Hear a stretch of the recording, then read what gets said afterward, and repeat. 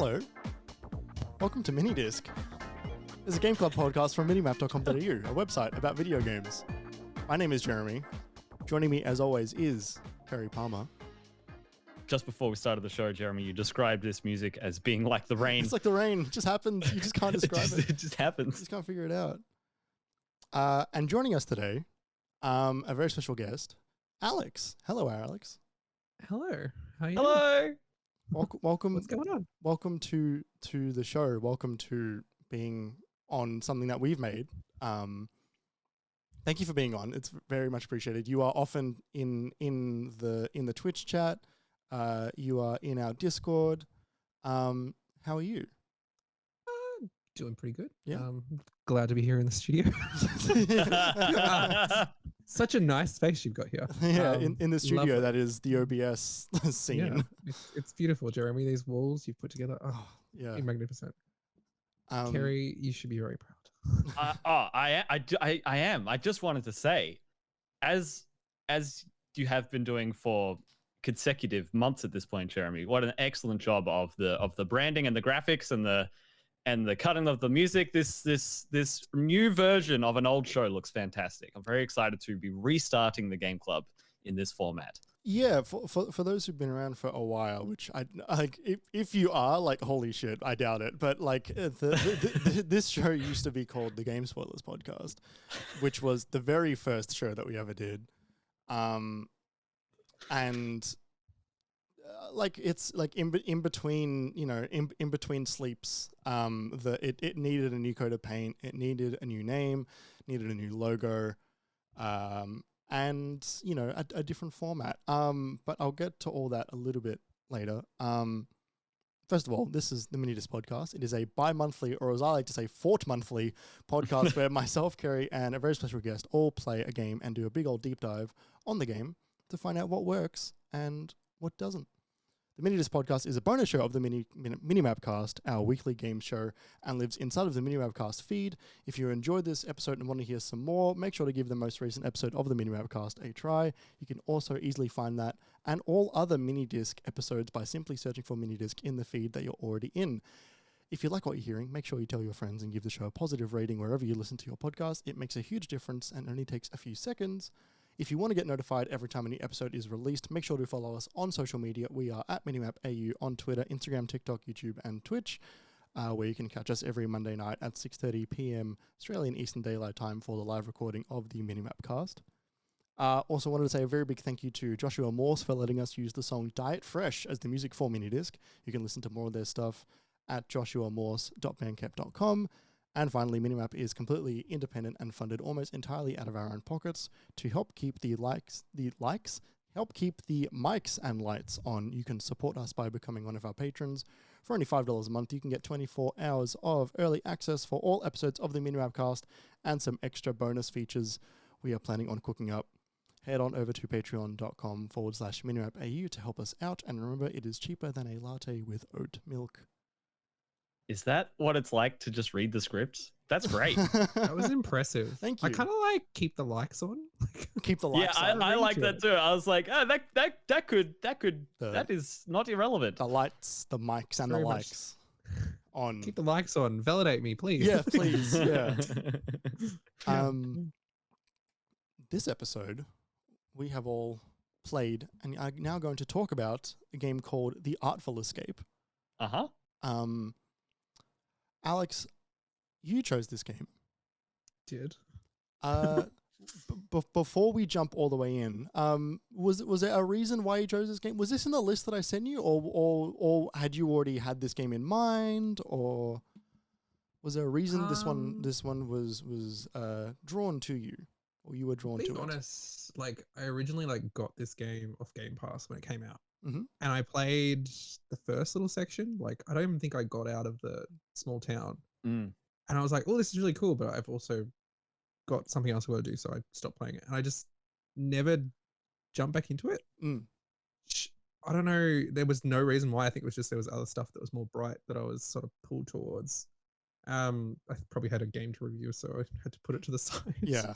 And then it's just been on my to be played list since it came out, and that just keeps growing, as both of you probably know. Oh God. Just looking at it now, like fuck. Yeah. Can I swear here? Shit. Yeah. Oh yeah. You Yes. can swear. It's all good. Yes, you can Go swear. for it. Cool. Good start. No advertisers to offend here. Don't worry. All right. Yeah, get the bleep button ready. Yeah. But yeah, so I think I saw it pop up in another one of the end of year lists or something, and it kind of twigged in my brain again, like, oh, that game. Yeah. Like, I've seen bits of that game. I need to like go towards that game again. And then yeah, Jeremy sent for the list, and it was on the list, I'm pretty sure. And then I think that's Yeah. when my brain's like, oh, ooh, like, yeah. So I'm glad you mentioned that it was on Game Pass, because Jeremy and I both were like, that's on Game Pass, right? And looked for it, couldn't find it. But it's on PlayStation Plus. So that's where I played it this go around. yeah, I thought it was on Game Pass, and then I went to go. It definitely used to be. It definitely used to be on Game Pass. Yeah, like there was so many people who I spoke to this game about, and they were like, "That's on Game Pass, right?" I'm like, "It's not," but I know why you think it is. And it's because it definitely. I remember the giant neon banner like on the homepage of Game Pass at least once. Yeah, I literally have proof that it was on Game Pass because I downloaded it. There you go. And then when I went to play it, it's like, you don't have the license for this. I was like, what? Yeah. Yeah. And then I went over to Game Pass, and it's like, oh no, it's not. Oh, okay, I'll grab it. It's fine. Yeah. So, Cool. So let's jump into just a quick recap of the game. Kerry, you want to give us a 1 minute? You want okay, you want it in 1 minute? I'll give you the whole story in 1 minute. Yeah. All right. Okay. No worries. I'm looking at my timer. 7:05. I'm going to start at 7:10. Everyone, you ready? Okay. And so you play as Francis Vendetti, who's this like kid who's got a really popular uncle who's basically Bob Dylan, but isn't Bob Dylan. And he lives in this town, and he's going to play this show, and everyone wants him to play like his uncle, but he doesn't want to, but he doesn't know that yet. And then he goes to bed one night, and he wakes up, and he's like wailing guitar, and there's an alien that comes down and says, you need to play sci-fi space guitar for us in space. And so you go to space, and you meet Lightman, played by Carl Weathers, which is strange. And then you do a show on this planet, and it's amazing. And then you come back to the spaceship and talk to people, and you go to the other planets, and it's amazing. And the other planets, and Francis accepts himself as the way he wants to be, and goes back to his hometown and plays a rock concert, and the end. Yeah, that was pretty good. Yeah. You did say Ramses. I was taking too long with each planet. I was like, oh, I gotta go. You did say Ramses at the beginning, which is a very funny name. Did I? Yeah. I'm pretty sure I tried to say the F at least. Yeah, that is the gist of it. It's worth mentioning. The Artful Escape is made by Beethoven and Dinosaur, which is a good name for a studio. They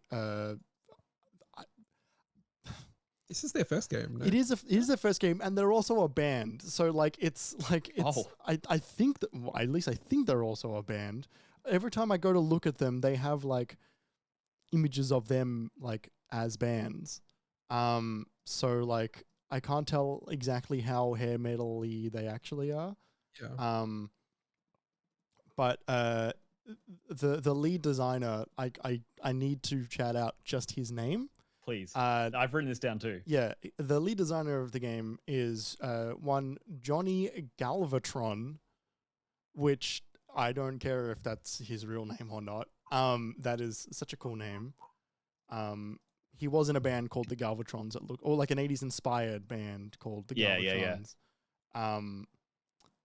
But yeah, and I'm looking that there's a well-played article here from a couple years ago from Zach Johnson, who is quoting Johnny Galvatron to say, "I really dig Beethoven and I really dig dinosaurs," which is, I'm assuming, where the name of the studio came from.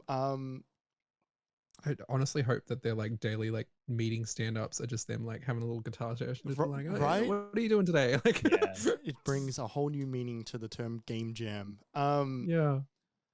So let's just jump right into it, I guess. The beginning of the game, the opening of the game is Francis on a cliff, like on like in a park, like at the edge of a cliff, looking out over the city of Calypso, in Colorado while he's trying to feel out like folk songs that he simply can't. Right. And there's what was the term? It was press square to write a song about a lonely miner or something. Yeah. He's struggling at the beginning to feel music that he really likes. And he's got a show tomorrow. He's the nephew of I think in my notes I wrote down home brand Bob Dylan. Yeah. Because this guy is so Bob Dylan. Okay, the beginning of the game is very tame. It is you walking around the town. It is Francis and his thoughts and meeting Violetta for the first time. Did anyone know how far this game was going to go into the psychedelic? How was everyone's expectations for what this game was going to sort of be? Alex? I knew a little bit, yeah, but not to the extent of like flying through the cosmos and jumping on and fruit salad people. That was a lot. Yeah, yes. I'm glad I wasn't like someone who like participates in recreational drugs for this, because this would be a lot. Like, maybe that's the whole like point of the experience, is to kind of simulate that. But yeah, it was cool. Like, it was interesting how it like takes off out of the town as well. Like, yeah. Kerry, did you have any idea, any inclination?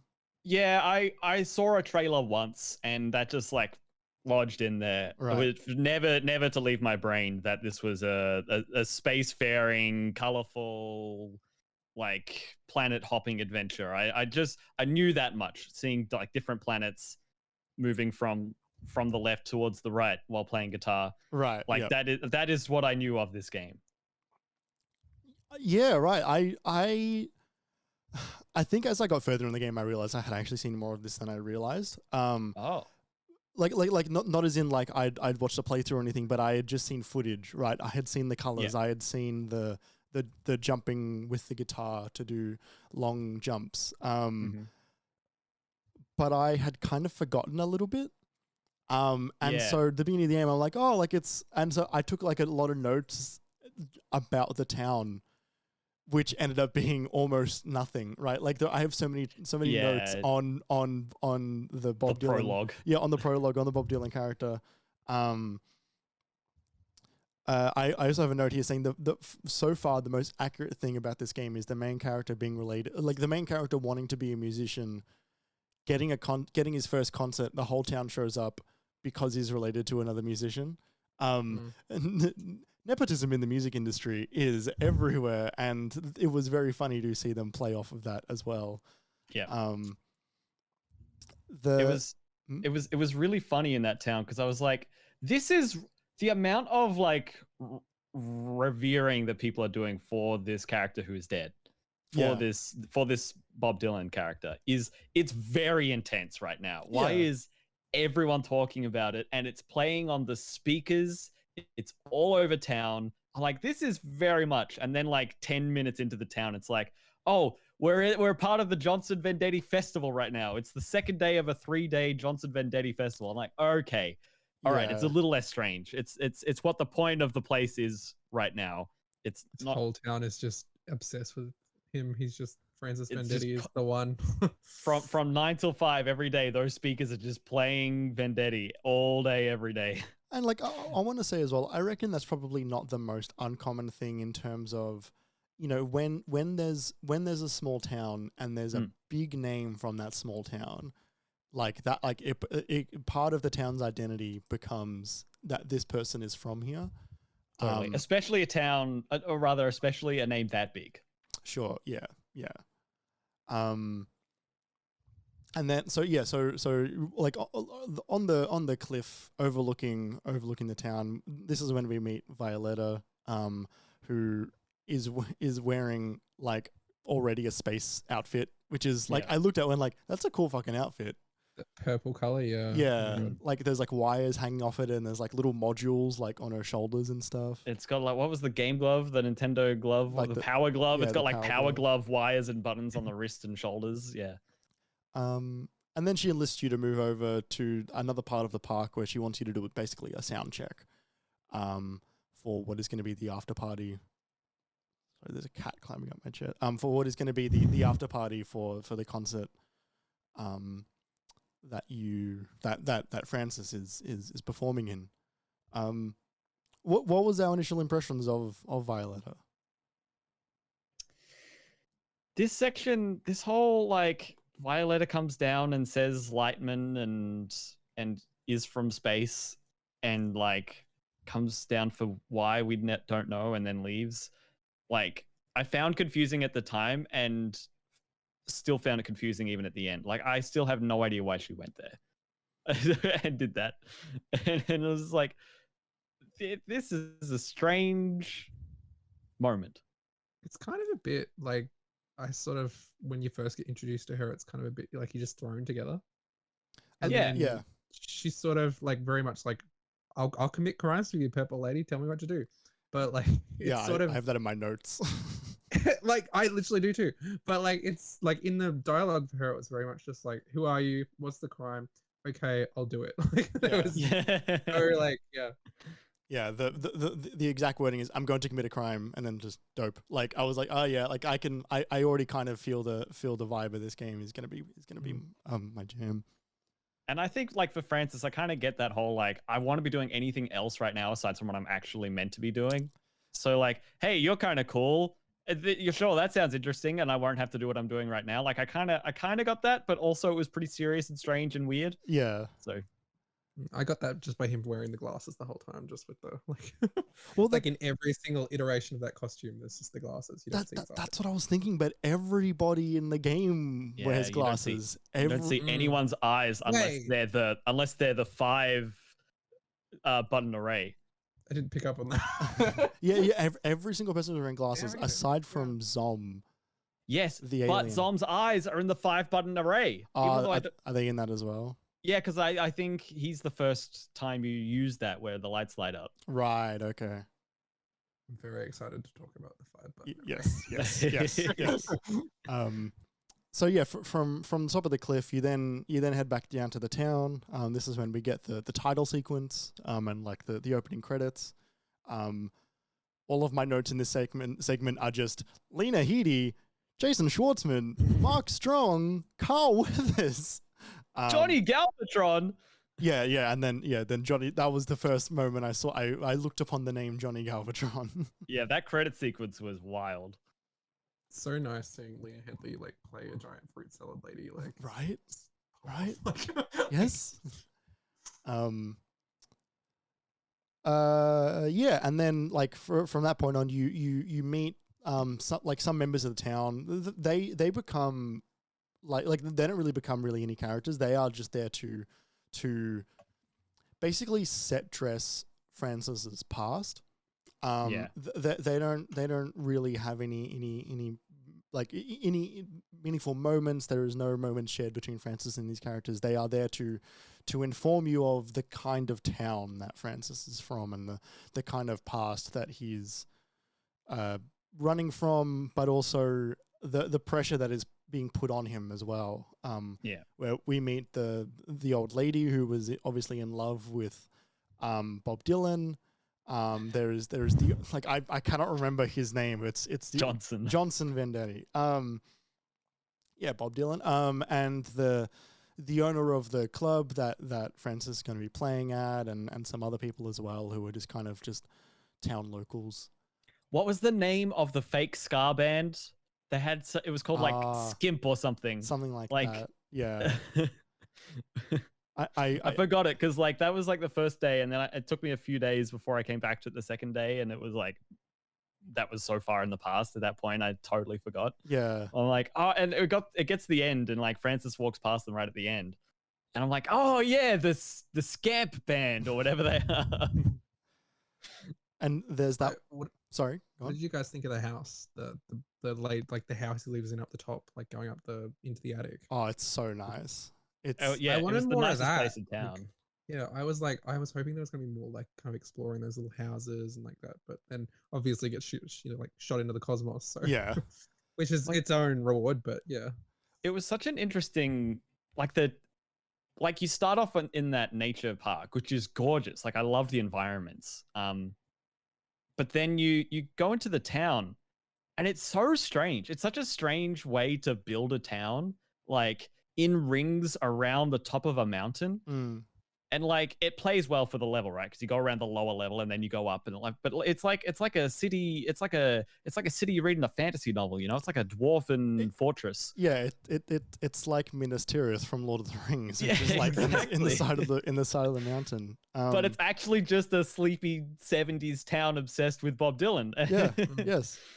But I love the town here as well because they had so many that it was the most calm part of the game, like setting wise. Yeah. But there was a lot of personality in the names for things like the Scamp Band. But also I've got written down here one of the strange ones. It was Grunb and Sons. Yes. No, GRUNB. And their specialty was banking, loaning, and foreclosing. I'm gonna correct you on that. It's actually Grunb and Sons and Sons. Grump and Sons and Sons. Yeah. Sorry, I'll write that in there. Yeah. And there were so many little parts of that, like where every sign was just like a little bit off. It was just a bit of a thing there for you to laugh at because you kind of saw it once and then never again. But it was just interesting seeing them sprinkle in personality into this game, even when this was meant to be the bland baseline. It was quite actually cool to see them like in that town, like move away from the realism. And Yeah. just sort of, like push on this town that's just like a big kind of pyramid. Yeah, and having like that town, there was a weird level of like I think this town is going through a transition of like things are moving away from the quiet folksy nature of it all, and there was a level of a lot of the smaller like when you interact with the woman who's running the bookshop, right? Yeah, and she lets you pick one of the books because she's moving to like the lower level or something. On that I level, thought she was moving away from the town. Oh yeah, maybe like actually that does sound more correct. Like she was moving away and she was having a closing down sale. Or a lot of the buildings nearby were a lot more like higher economic class shops, and there was like there was one I saw which was there was a cafe cliche, which I thought was quite funny. But also there was one called Cellar Guards, which were the experts in disappearing completely.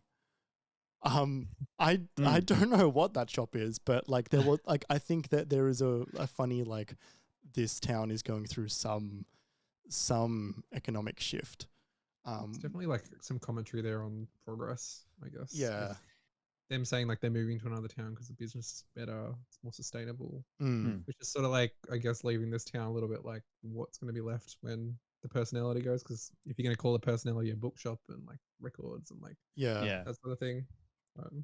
I went to school in an area of Melbourne that's quite well known for being in the 60s and 70s a place where a bunch of hippies went to live, and it's like an artist's area, like it's the place you went when you went to be an artist and live.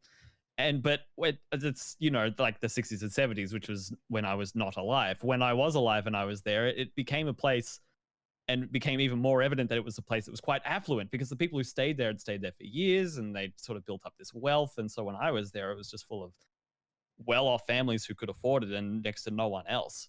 And so I feel like that plays into that kind of vibe that you're saying, Jeremy, where like if the stores are closing down because they're either not getting enough of a market, or like they're not charging enough because they're not high tier enough, like prestige enough. Yeah. I don't know. It's an interesting sort of look into that. Yeah. And they never explicitly say that this is the past, but it's clear that like it feels like a very retro setting.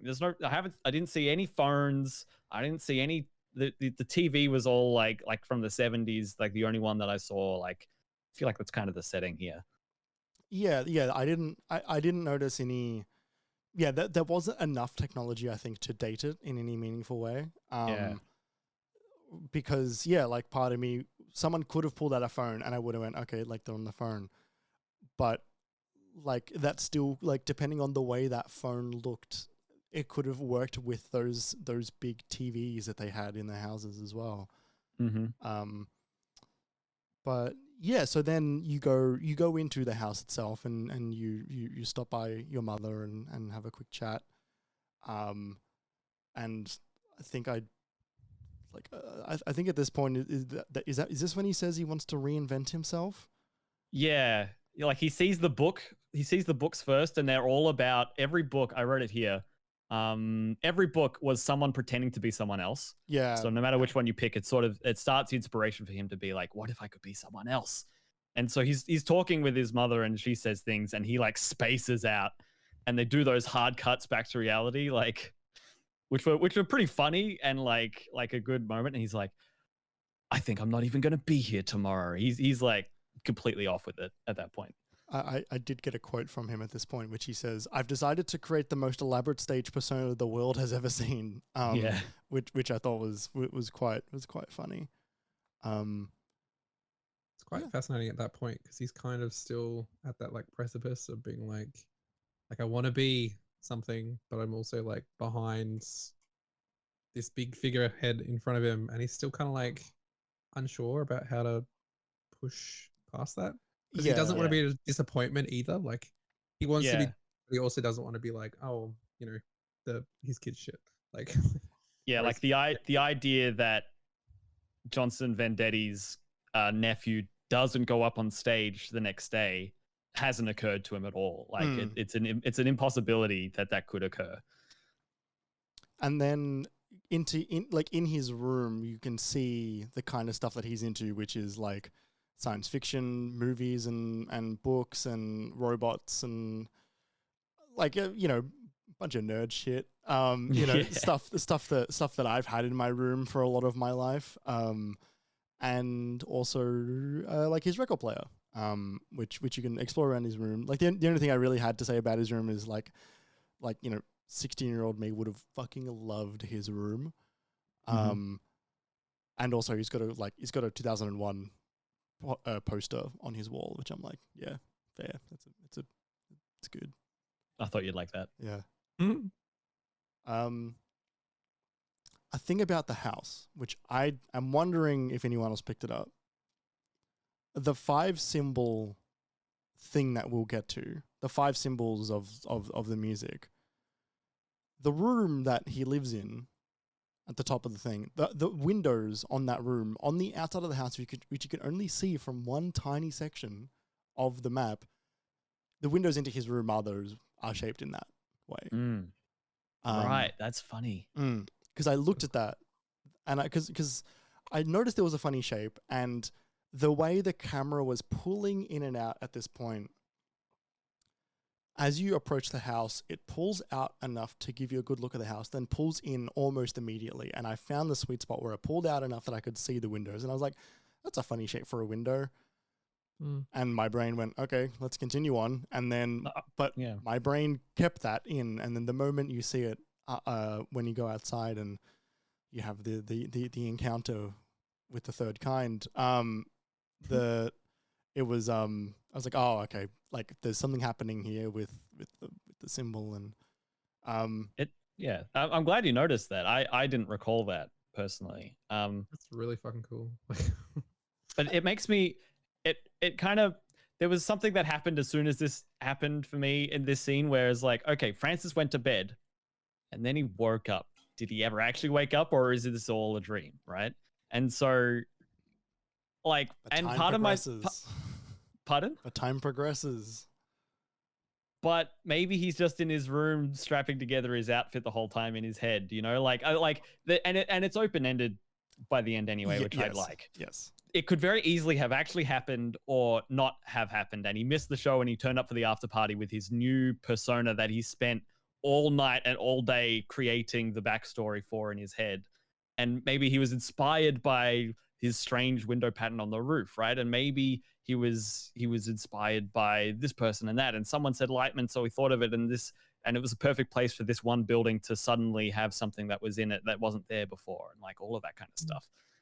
But yeah, as soon as he went to sleep and woke up again, I'm like, is this all a metaphor? Is this all allegory? Is this all a dream? I don't know. Well, let's see what happens. Yeah. There's some legs there. Like, you could take it either way because it is left pretty open-ended. But I find it interesting when you get like back to like Violetta. Spoilers for the end of the game, obviously. But like jumping ahead. But like how they kind of end things there. That kind of was what put me towards like maybe this is all just him having a little vision quest in his bedroom with his sewing machine and some glitter. Yeah, and We've all like, been there. and the very end shot of the car then existing after all the story has ended and the car flies away, like, you know, like that's like a cheeky like, oh, what is it real or not? And like, and it's and like the topper in Inception. yeah, and like the whole point of this story is that yeah, it can be transplanted into the real world, and like so it fits and doesn't affect the real world in any meaningful way as well. Like it is able to be put in and then, excuse me, and then cut out without it messing anything up. Which I thought was done quite well. Like, you know, yeah, like you said, utilizing the abandoned building in the town and stuff as well. I thought was a really good addition. Yeah, and it was fun. Like either way, like thinking that along the way was like, oh, I don't know, and like even with that sort of perspective in mind, going through the story, it was like, oh, maybe this is him just justifying a Ziggy Stardust persona. Like, but like that's kind of cool. It's cool getting to play the linear narrative that he's constructing, if that's the case. Yeah, as the game, like that's really cool. Yes. And if we decide it's real, then that's also cool. Yeah, like, yeah, totally right. Like, and the crux of it being like, you know, like him going to find himself on this journey of self-discovery is like, yeah, like, you know what, like it doesn't fucking matter. Like it's real to him, and that's all that is all that matters, really. Yeah, 100%. It's I like that they don't try to like make you pick. It's just what you take is what you take. It almost at times seemed to me like maybe this is like the story he's telling his like fans later on, where like this happened and that happened and like how he built himself, which again I'm 100% all right with. Like it's a fun ride. Like which is hilarious because, again, jumping ahead, the moment that you have to start creating your own, like because you decide where your like your persona's backstory is from, again, inside of the game, it has that double hit of he is rehearsing a story that he has told people that hasn't happened, even though he's currently also in the story that also has potentially not happened, which is allows him to believe it even more, which is so good. This game's good. I like this game. Well, that's what we usually do at the beginning of the thing, is we say like, how much do we like this game? I really liked this game. Yeah. How about you, Alex? What did you land on it? I liked it. I think, again, wasn't 100% sure what I was getting myself into, but I don't think that was a bad thing. That kind of like being along for the ride of this game in particular, I think is not a bad thing. Totally, yeah. Pick it up and jump in. I think I would have been more. I had a good idea of what it was because I listened to Kind of Funny a lot, and Tim from there raved about this game when it came out in 2021.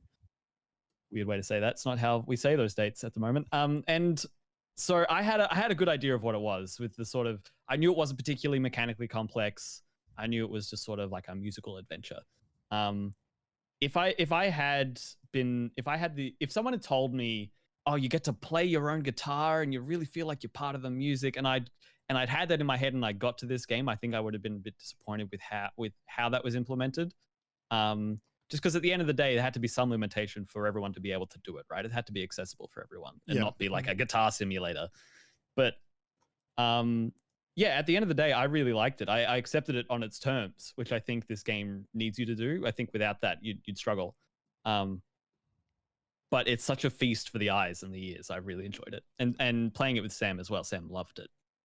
Yeah, I think the thing that would continuously throw me was just how pretty all of the settings and the set pieces were, which we haven't even got to yet in our thing, because the prologue, while like the prologue is probably the slowest point in the game, like, and it feels like it takes a lot longer than what it actually does. And I think because once you get into the game, it goes like a mile a minute for the entire time. But like even like, you know, in the woods and in the town and stuff, like it's such a pretty game. The art is so well put together, the light coming through the trees, and like just like the quality of texture and the fun depth of field on the camera for when things are really far away. Yep. There was a game that came out in 2014 which had a similar kind of art style to it. It wasn't nearly as technically high definition as this. I think While it was you're called, trying to find it, did anyone else have the thought, because this whole game has the characters on their side the whole time, and when you turn, it's just like the character goes to the other side. And funny thing I noticed was like the guitar like basically goes upside down when you turn around, and then like goes the other way, which is like impossible. But anyway, was anyone else ever reminded of Angela Anaconda, the like ABC like cartoon, which was basically just like the same thing, like 2D, like whenever you're looking at their feet, it's like their 2 feet are on the side facing the same way. And the design of that one kind of looks like a collage, like they cut out pictures of people and put them on the thing, and that's how they animated them. So they were all like just at the joints and a bit loosey-goosey. This had a very similar vibe to me of that. It's quite cool, like the foreground, background, like midground, how they did that. Because it's like the whole thing pushes together into an image, but having the characters on that one little foreground, like center part, like really, it feels nice. I don't know how to like put words to it properly because I'm not an artist. Yeah, but, right. like, yeah. It's easy to like look at that like plane all as a flat piece. Like yeah, 100%. The game that it reminded me of is called Stick It to the Man, which is a fun science fiction game about like mind control. It is again like all the characters are 2D. The world is on like on a single plane, but like the 3D world itself is quite deep. Even though you can't actually explore it. Kerry, you just had an audible reaction, I think, to Stick It to the Man. I pulled up the Steam page and the first trailer started playing and it says Zoink Presents. Yeah, yes. Made me laugh. And at this point, there's a knock at the door in the middle of the night. Like you put on a record before you go to bed to sort of chill out. Knock at the door. It's an alien, voiced by Jason Schwartzman. And you then sort of get told how to play the guitar. What did we make of Zom, the alien by Jason Schwartzman? I'm looking up who Jason Schwartzman is. I think that was when it got weird for me. Yeah. It was like, oh, am I gonna get my brain sucked out? Like, what's going on? Yeah. I liked that section a lot because it was the first time you get the guitar to just play, but also it's the first time where the environment reacts to you as you play the guitar, where all the lights turn on as you're playing, and I really enjoyed that. How good was it, like running through the different parts and then like strumming the guitar just to see shit in the background? Yeah. Like, yeah. The lights come alive, the plants open up. Oh. It was to the point I liked it so much. I kind of was just always playing if I could. Yeah, same. I think I held down square to shred for the entirety of the game. Yeah. It seemed like they were encouraging you to do that just to keep that song like going. Yeah. Yeah. And so but in the town when this first happens, Francis says, "How did you organize this to Zom?" Or maybe that's one of the questions that you can ask. And I read that and I had to write it down because it was so funny to me that you meet an alien for the first time and you're like, how did you organize all these lights? Yeah, the lining up the entire town was delightful, but also just like it felt so immediately rewarding. Lighting up any section of the town, and it honestly reminded me of Power Wash Simulator. Because I was hitting every single one to make the town correct and light it up in a way that was just so good and so don't miss a spot. Yeah, so rewarding in it was giving me the good brain chemicals. I'll put it that way. Where's that game, Power Decorator Simulator, where you're just like spraying like fairy lights all over like buildings, while it's also a guitar that you are shredding the exactly the entire time. Yeah, or a guitar. Yes. yeah, and then you head on over to the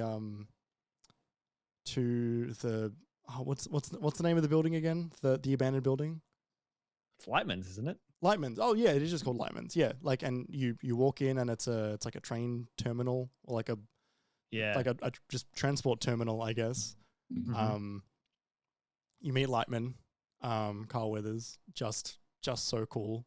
So cool. So That was a good casting. such a good fucking casting. He almost had a line that was like, "Baby, you get a stew going," and it wasn't quite it, but why is that your Carl Weathers go to every single time you and I talk about Carl Weathers? because I've watched a lot of Arrested Development.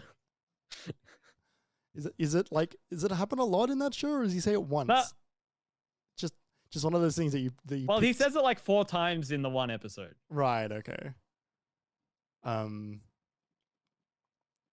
Yeah, you then sign a contract via saying via verbal communication. It's very long, and it talks about owning of music rights and stuff, which is it's all very funny music producing, like terms of like whatever you make you don't own sort of thing.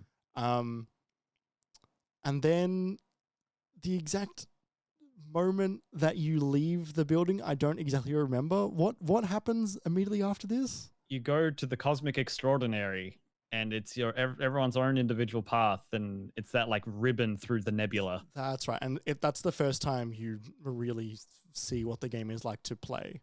You are and running. It's how you get to the Cosmic Lung the first time. That's right.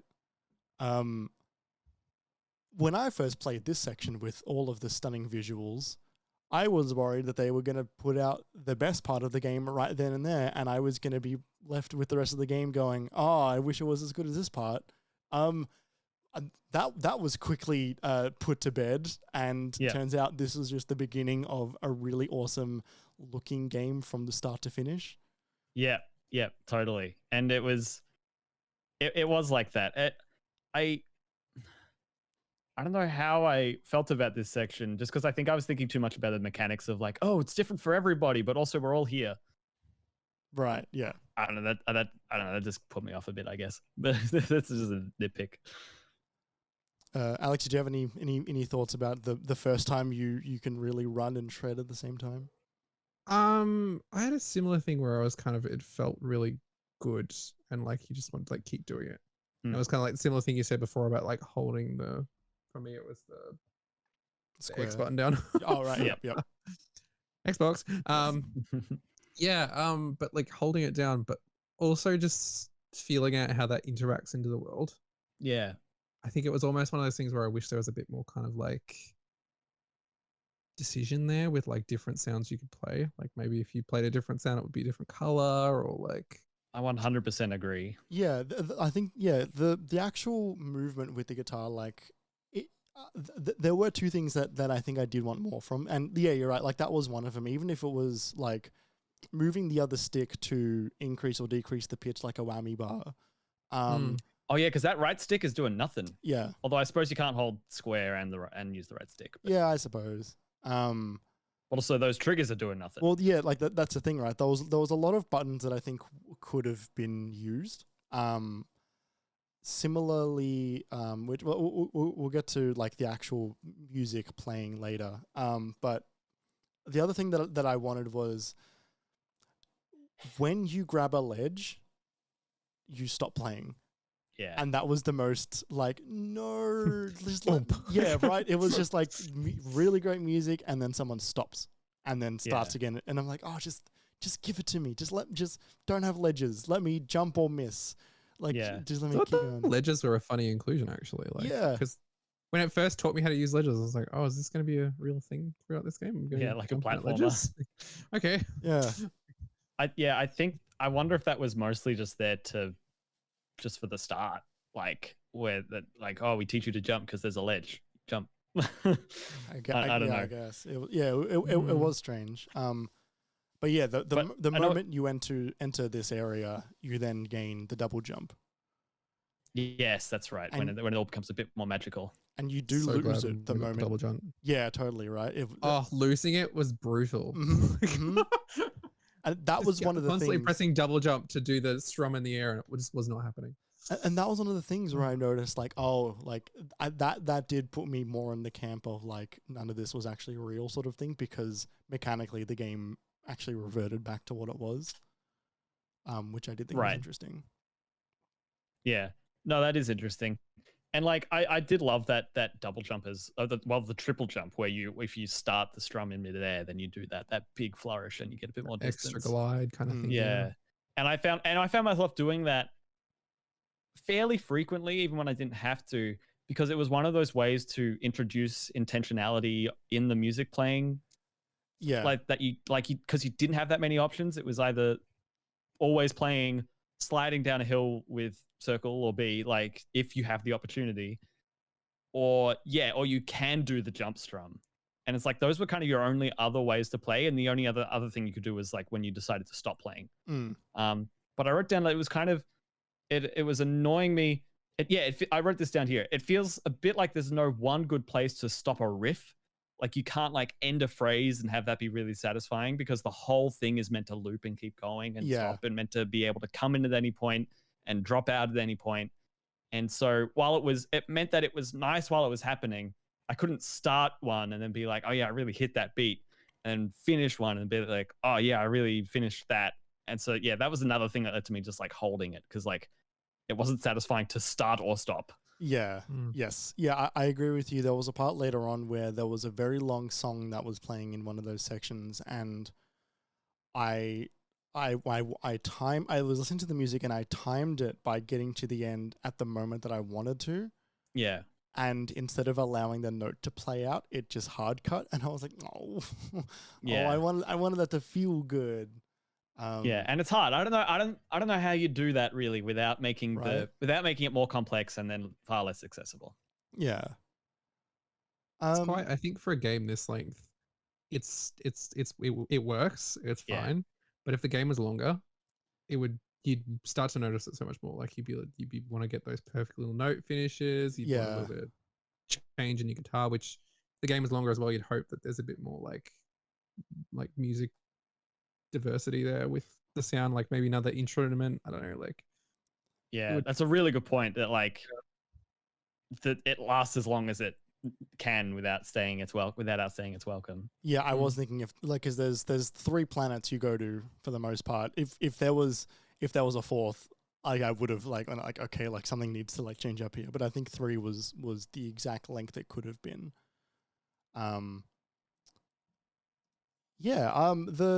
I think now might be a good time to throw it to a break, because after this, the game just goes into like the highest gear and will not stop. And I think this is a good halfway point. Oh God, the music and everything. I gotta talk and do the music at the same time. Yeah, man. This is like, what a whole thing to manage. Anyway, we're gonna go to a break, and we will be right back after this.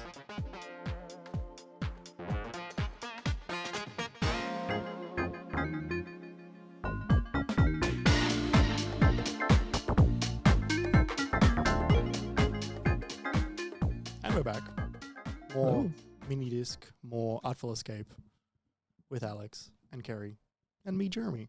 I went to change the scene just then to bring us to the 3 cam, and I had to look at it for about 2 seconds to try and find the right one, because it's one that we just never use. This is going to ruin me for MiniMapCast, Kerry. This is going to absolutely destroy me. I noticed that you counted down and then it didn't go immediately. I'm like, what's happening? Is there maybe there's just a delay on the button. Nope. I was just looking for it. That's funny.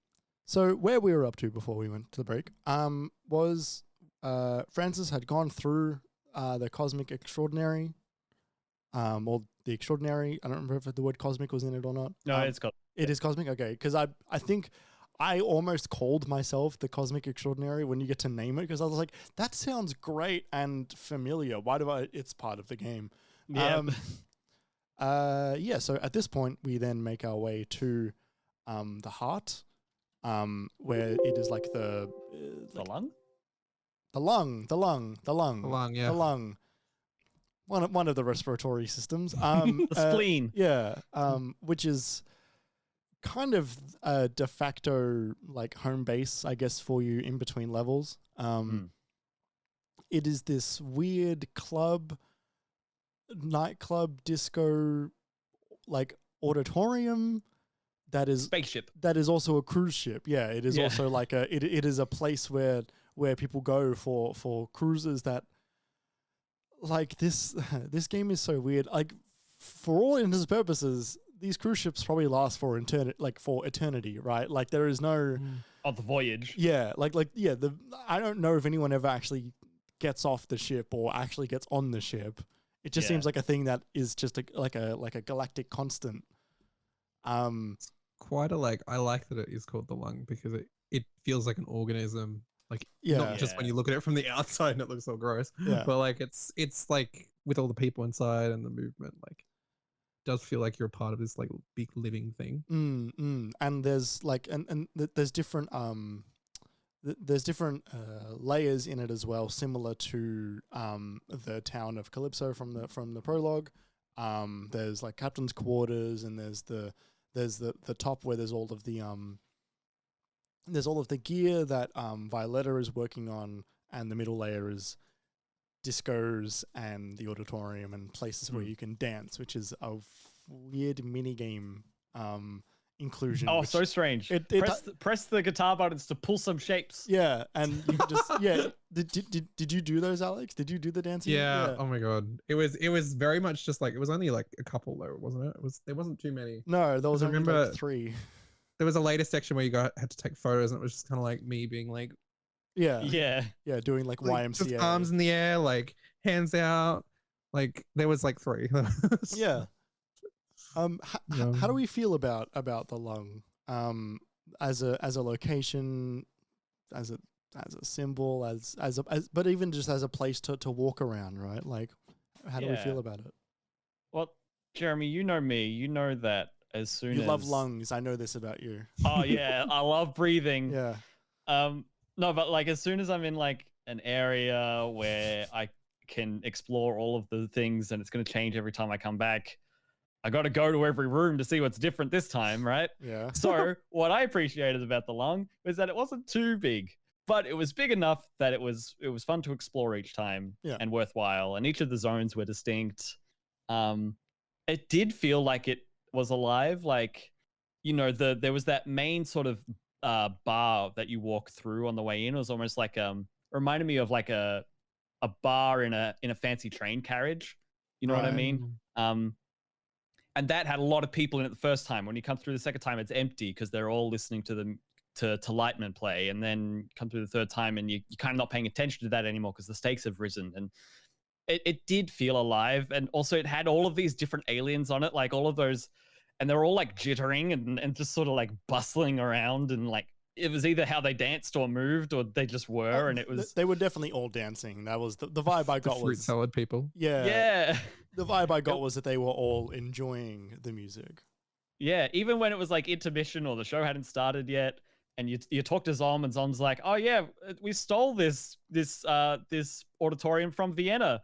They've got so many of them over there. You can just practically walk away with it." It's like, what does that mean? That was such a funny joke. I remember that. And he said he stole a building from Vienna.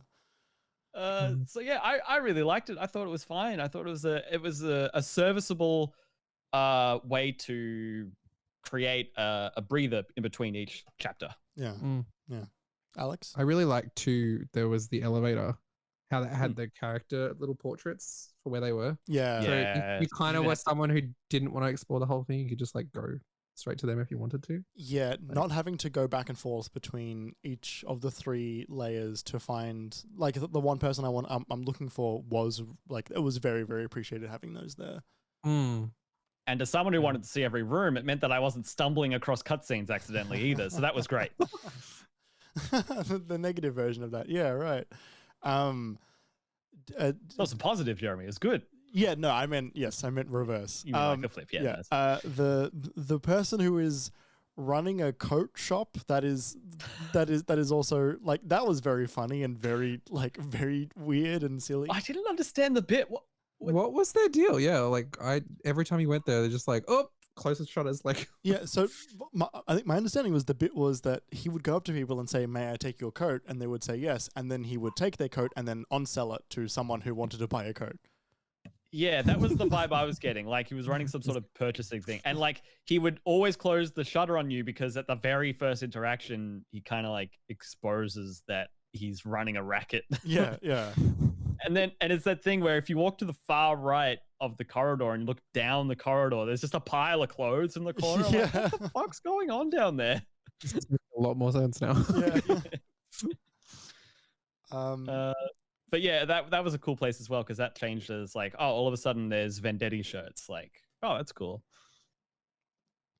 Yeah, there was already merch there, which was cool. And then, yeah, you sort of you hang around here. You get to spend a little bit more time with the characters, specifically Lightman and Violetta.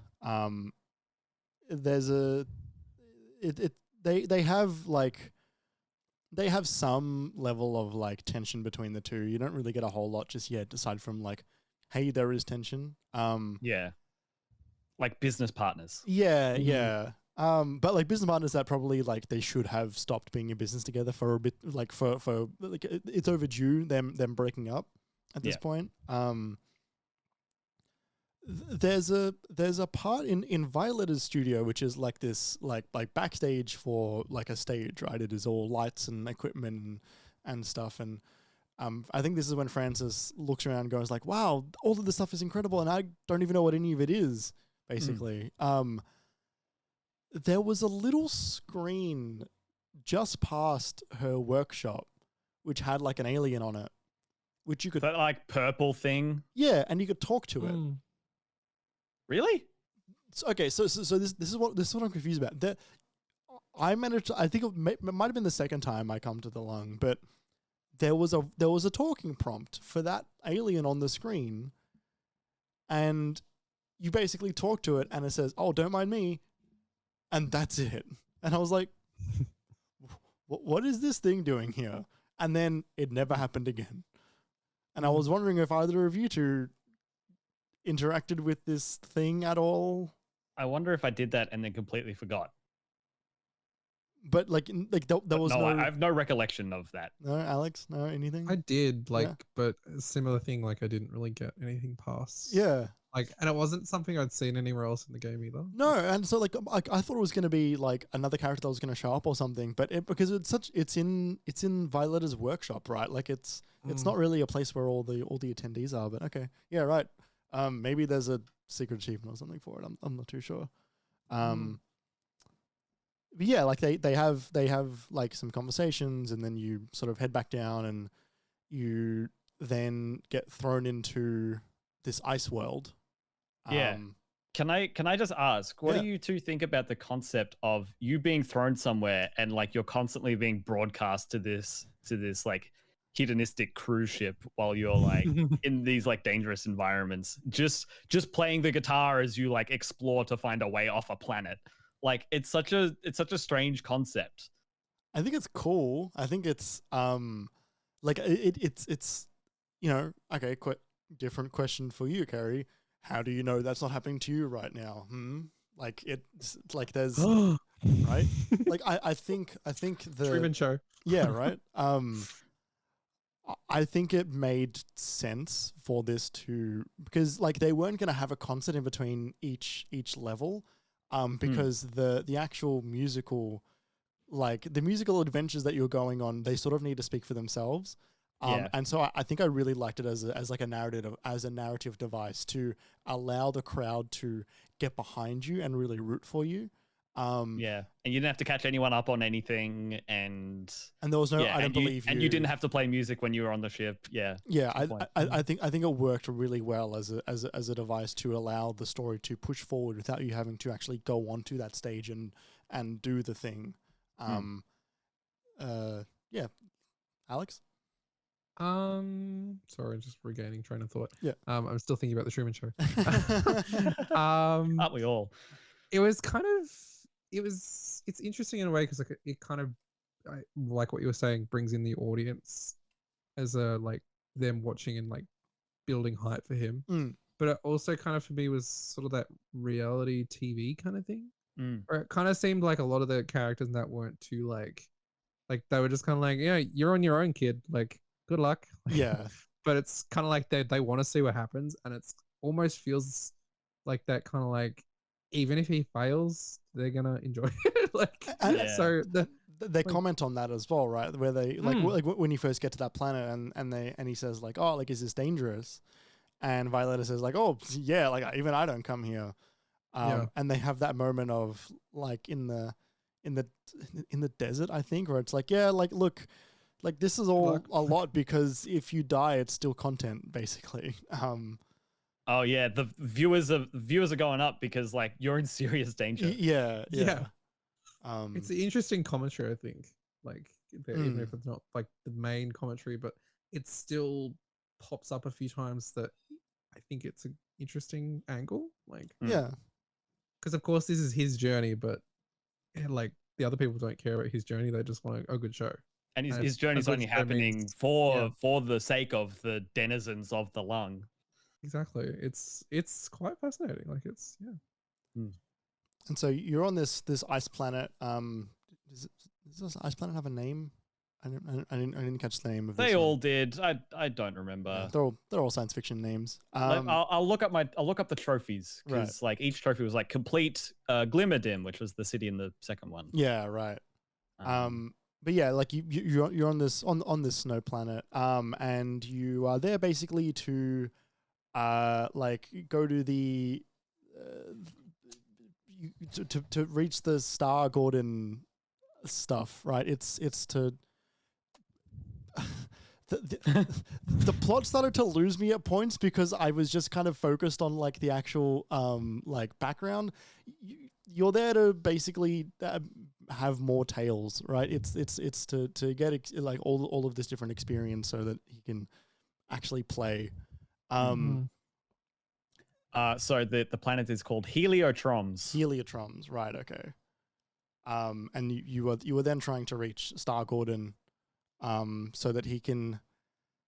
Is it so he can do an interview, or is it so he can book you? He's your way back home. That's the thing. It's like every time you go to the planet, it's like, how do I get back to the lung now that I'm not on the lung? And it's like you gotta find Star Gordon. Right. Okay. And so and this is when you start to actually experience what the game is for its mechanics, which is running and jumping and gliding, and then the actual mechanic of the playing the guitar with the 5 buttons.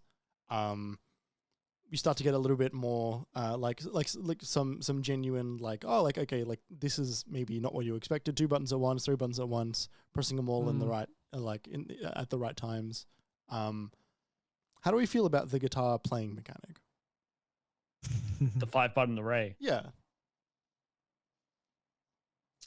I think I wanted it to be harder, but I also didn't want to have any more trouble with it than what I was doing. Exactly. I didn't want to have moments where I failed. Yeah. You go, Alex. I think I felt a lot, and like I think a big part of it was just kind of remembering when it started getting really fast. Yeah. And it almost felt like it wanted me to fail. So then it would like stop, and then you'd have to like reassess, and you would get there eventually. But it kind of, I don't know, because it's not a series of shapes that you've seen in any other game. Like, it's not a codified series of shapes. Like, if it was like the 4 face buttons, like the diamond of face buttons, that 100%. Would be easier than the top 3 buttons on the bottom and the 2 shoulder buttons on the top. Yeah. Because it was funny, because then my right thumb is doing 3, my right finger is doing 1 so then my right hand is doing 4 of the buttons, but then one of them's over there on the left, which is so yeah. Welcome to, I think, what is maybe my biggest complaint with the game.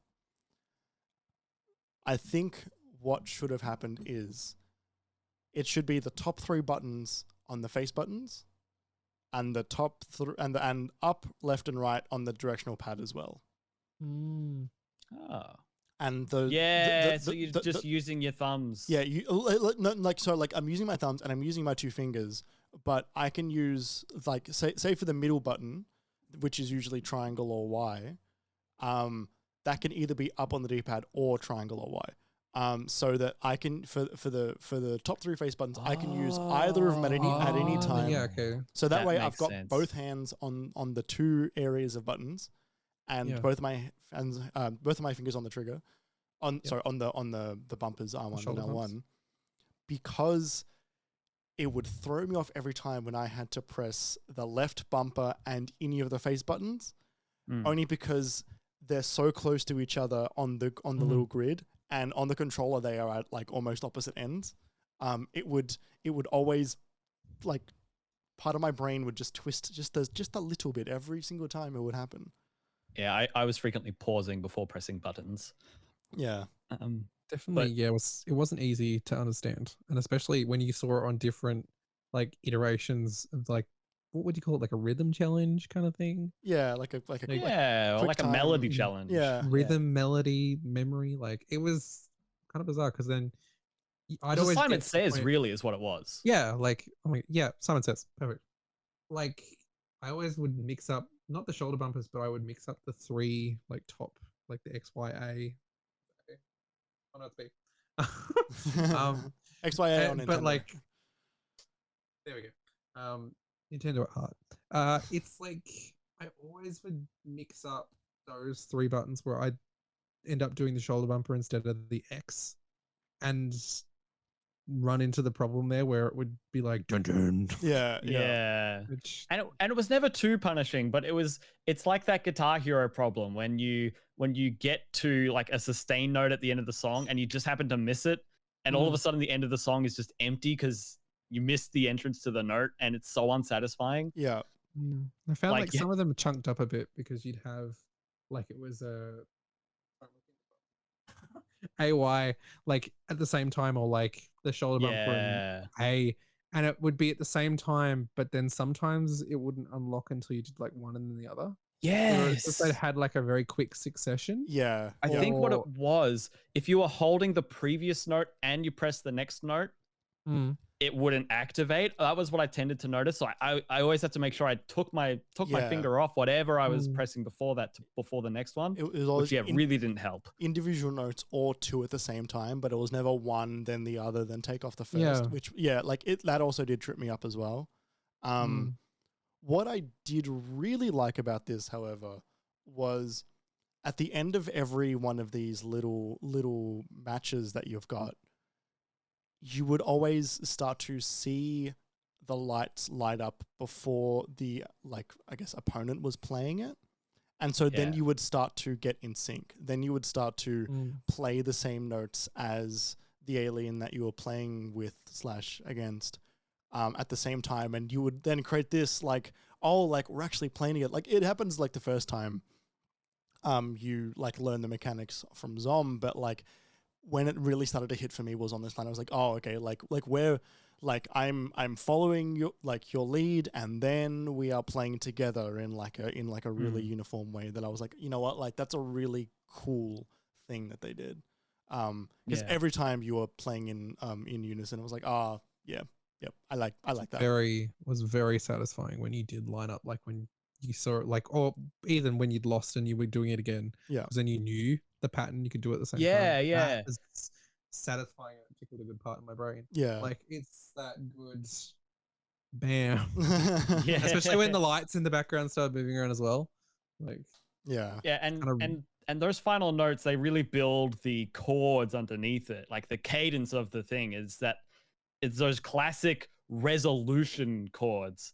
You know, it's those moments of resolution we're not getting from the whale button, right? Where it's like ba ba ba, and it's like yes, it's like that every time, which was good. I didn't get sick of it. 100%. Yeah. And then we move on to actually meeting with Star Gordon. Like that was his name, right? Star Gordon. Like that was yeah. And then you sort of have this weird, like he's a very untrustworthy character at the beginning, I think. Or like that's what my partner said, who was watching the game while I was playing it. But I was like, oh, I think this guy's great. And my partner's like, I don't trust him. Like, Well, they made such a big deal about how dangerous everything was, and this was like the point of where you were going, right? So this must have been the point of the danger, and then you kind of went on this trip with him. yeah, and then he makes a joke about like eating you, and doesn't. Yeah, Yeah, like yeah. Oh, Lightman never came back when he knew we planned to eat him. yeah. So yeah, you have this initial conversation with him, and then you have this weird like 60s talk show segment where you're sort of going back and forth, and like he's asking you very like very leading questions intentionally, like a talk show does, so that you then say a specific kind of answer, and it's all planned ahead. But this is the part where you decide your backstory. I actually didn't really enjoy the sequence. Only because I think it was too dialogue heavy and too dialogue choice heavy that I just kind of didn't really connect with this as much. Like the decisions you make further impact your character's backstory later on when he starts to tell everybody where he is every 5 seconds. But I think this actual section for me just didn't really do a whole lot. Well, Star Gordon didn't really have that many unique responses to your unique answers. Yeah, that was probably so part you of could it. pick whatever, and you'd be like, yes, interesting. And then the next thing. Yeah.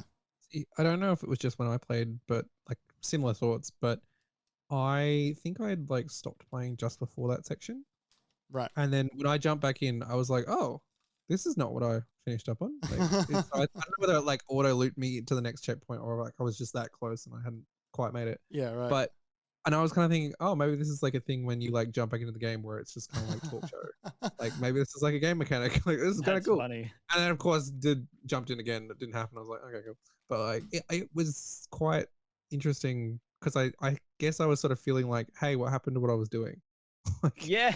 and I kind of had lost my track. That's kind of the end of that whole level, isn't it? Like you do the interview with Star Gordon, and then he sends you off into space, and you're back on the lung all of a sudden, right? Is that how that plays out?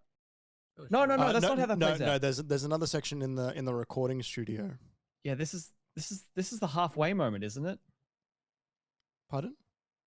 Because you play for a creature that's like, you have to impress me.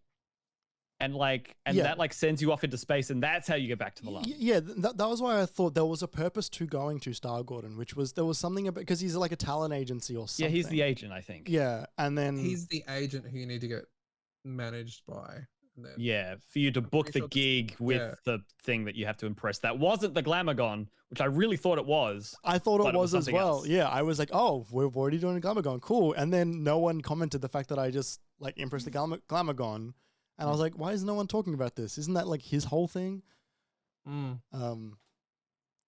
But yeah. So then there's the part in the recording studio where you like he starts to tell you like basically like play better or like play better music, which I thought was funny. And then after go back into that folk song stuff again. Yeah, Francis is still kind of like, oh, I like folk music. That's who I'm supposed to be. Yeah, and he starts talking about like, oh, like this is serious music and the stuff that I was playing before is like nonsense. But then he goes on and impresses another creature who then does the creature eat you or does it just like open? No, it gets like jet engines and like shoots off into space and you like follow alongside it. Oh, that's right. Yeah, and then there's another rhythm section there. Yeah, and that was another rhythm game. Jumping onto those stages. Playing this game in what was basically 2 sittings was interesting because so many sections of this game are so like they move to the next location so quickly, even if it's from being on the lake where this creature is to being in the sky with where this creature is. I don't always have a through line in my head of them because they move so far so quickly. I'm struggling to piece it together, and I'm usually quite good at that. Like it does go from kind of like one nonsense thing to the next nonsense thing. Which is fine. It was great. Yeah, like it was enjoyable the entire time. But yeah, like there is a level of like recalling this. Like if you ask me next week, which part came first, I probably would not be able to tell you. Yeah. Yeah, like, is there any more feelings on the ice planet? I quite liked the amount of like background that would react to your music. Like, it happens in all of them, but I think I noticed that like quite a lot in this one, more than the other two planets. Yeah. Oh, sorry, you go, Alex. No, you're.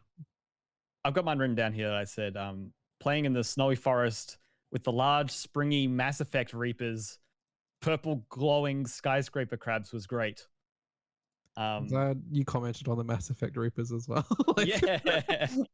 And they were really cool. Like, you'd play and then they'd all wake up and then they shot out lasers out of their heads. And it was like, whoa, this forest's great. Yeah, Shepard. Yeah. I kind of a similar thing with like going through that level, but I think it seemed a lot like they were trying to train you to look at the background and interact with it. Yeah, it was run through the weather. it was such a obvious background, like, notice me section, definitely. In a good way. Definitely got me for the other planets. Like, what's going to happen here? I'm playing the guitar. Movement? Yeah. I think I wasn't paying as much attention to it until Sam started being like, wow, this is gorgeous. Or then like something else would happen. It was like, whoa, look at that. And like I was just like, game, jump, slide, triangle, games, shred, slide. But then the Sam kind of brought me out. It was like, don't pay attention to that too much. Just like, like watch the laser show. There is one more thing I want to bring up, and it doesn't happen for the only time on the ice planet, but it happens for the first time on the ice planet, which is the third type of music playing. There's the shredding as you platform. There's the 5-button array, but then there's the free play sections, I'll call them, where you get those same 5 buttons, but they're assigned to 5 different notes. I forgot, and you can just play them in whatever you want. And this is the one with the whales with like the Seattle skyscrapers on their back, and like the skeletons that are sticking out of their ground, and then they like burst open into light beams and stuff like that. This particular section, the way I've made sure to mention, I think it was my favorite moment of the game. And I think for me, it was the freest part, right? It was the part that let me kind of make my own music. With someone with an older now music background, I was kind of looking for that at some point, and they did give it to me. I never connected with it in the same ways again on the second and third planets. I felt like those sections were shorter, and I felt like they didn't culminate in the same way that this first one did. But I loved the way the music built under it lasted just the right amount of time. Like, I was so into that moment and watching the visuals and listening to the chords underneath, and sometimes it would change the notes that you played as well as it like moved to the next like motion of the song. And then it really built to a moment. Whereas in the other ones, they were kind of like 1 minute interstitials, and like you'd play and you'd play and you'd play, and then it was like, all right, get off the platform. The music's over, keep going. And it was like, we're not. This isn't a crescendo moment. Okay. This first one though. Yeah. There was a level of like I also did want like more. I think I actually wanted to play along a little bit more in this section. Like I wanted a little bit of guidance of like, even if there was like colors in the sky that would be assigned different notes, and it's like I don't need to hit them, but if I did, that would be cool, and I can sort of like similar to in Parappa the Rapper. One of the ways that you get a really high score is by doing the right like beats at the right time, like the right raps, and then freestyling in between them and still getting it right. Right. And there are ways to get better and like there are ways to do that and get a really good score as well.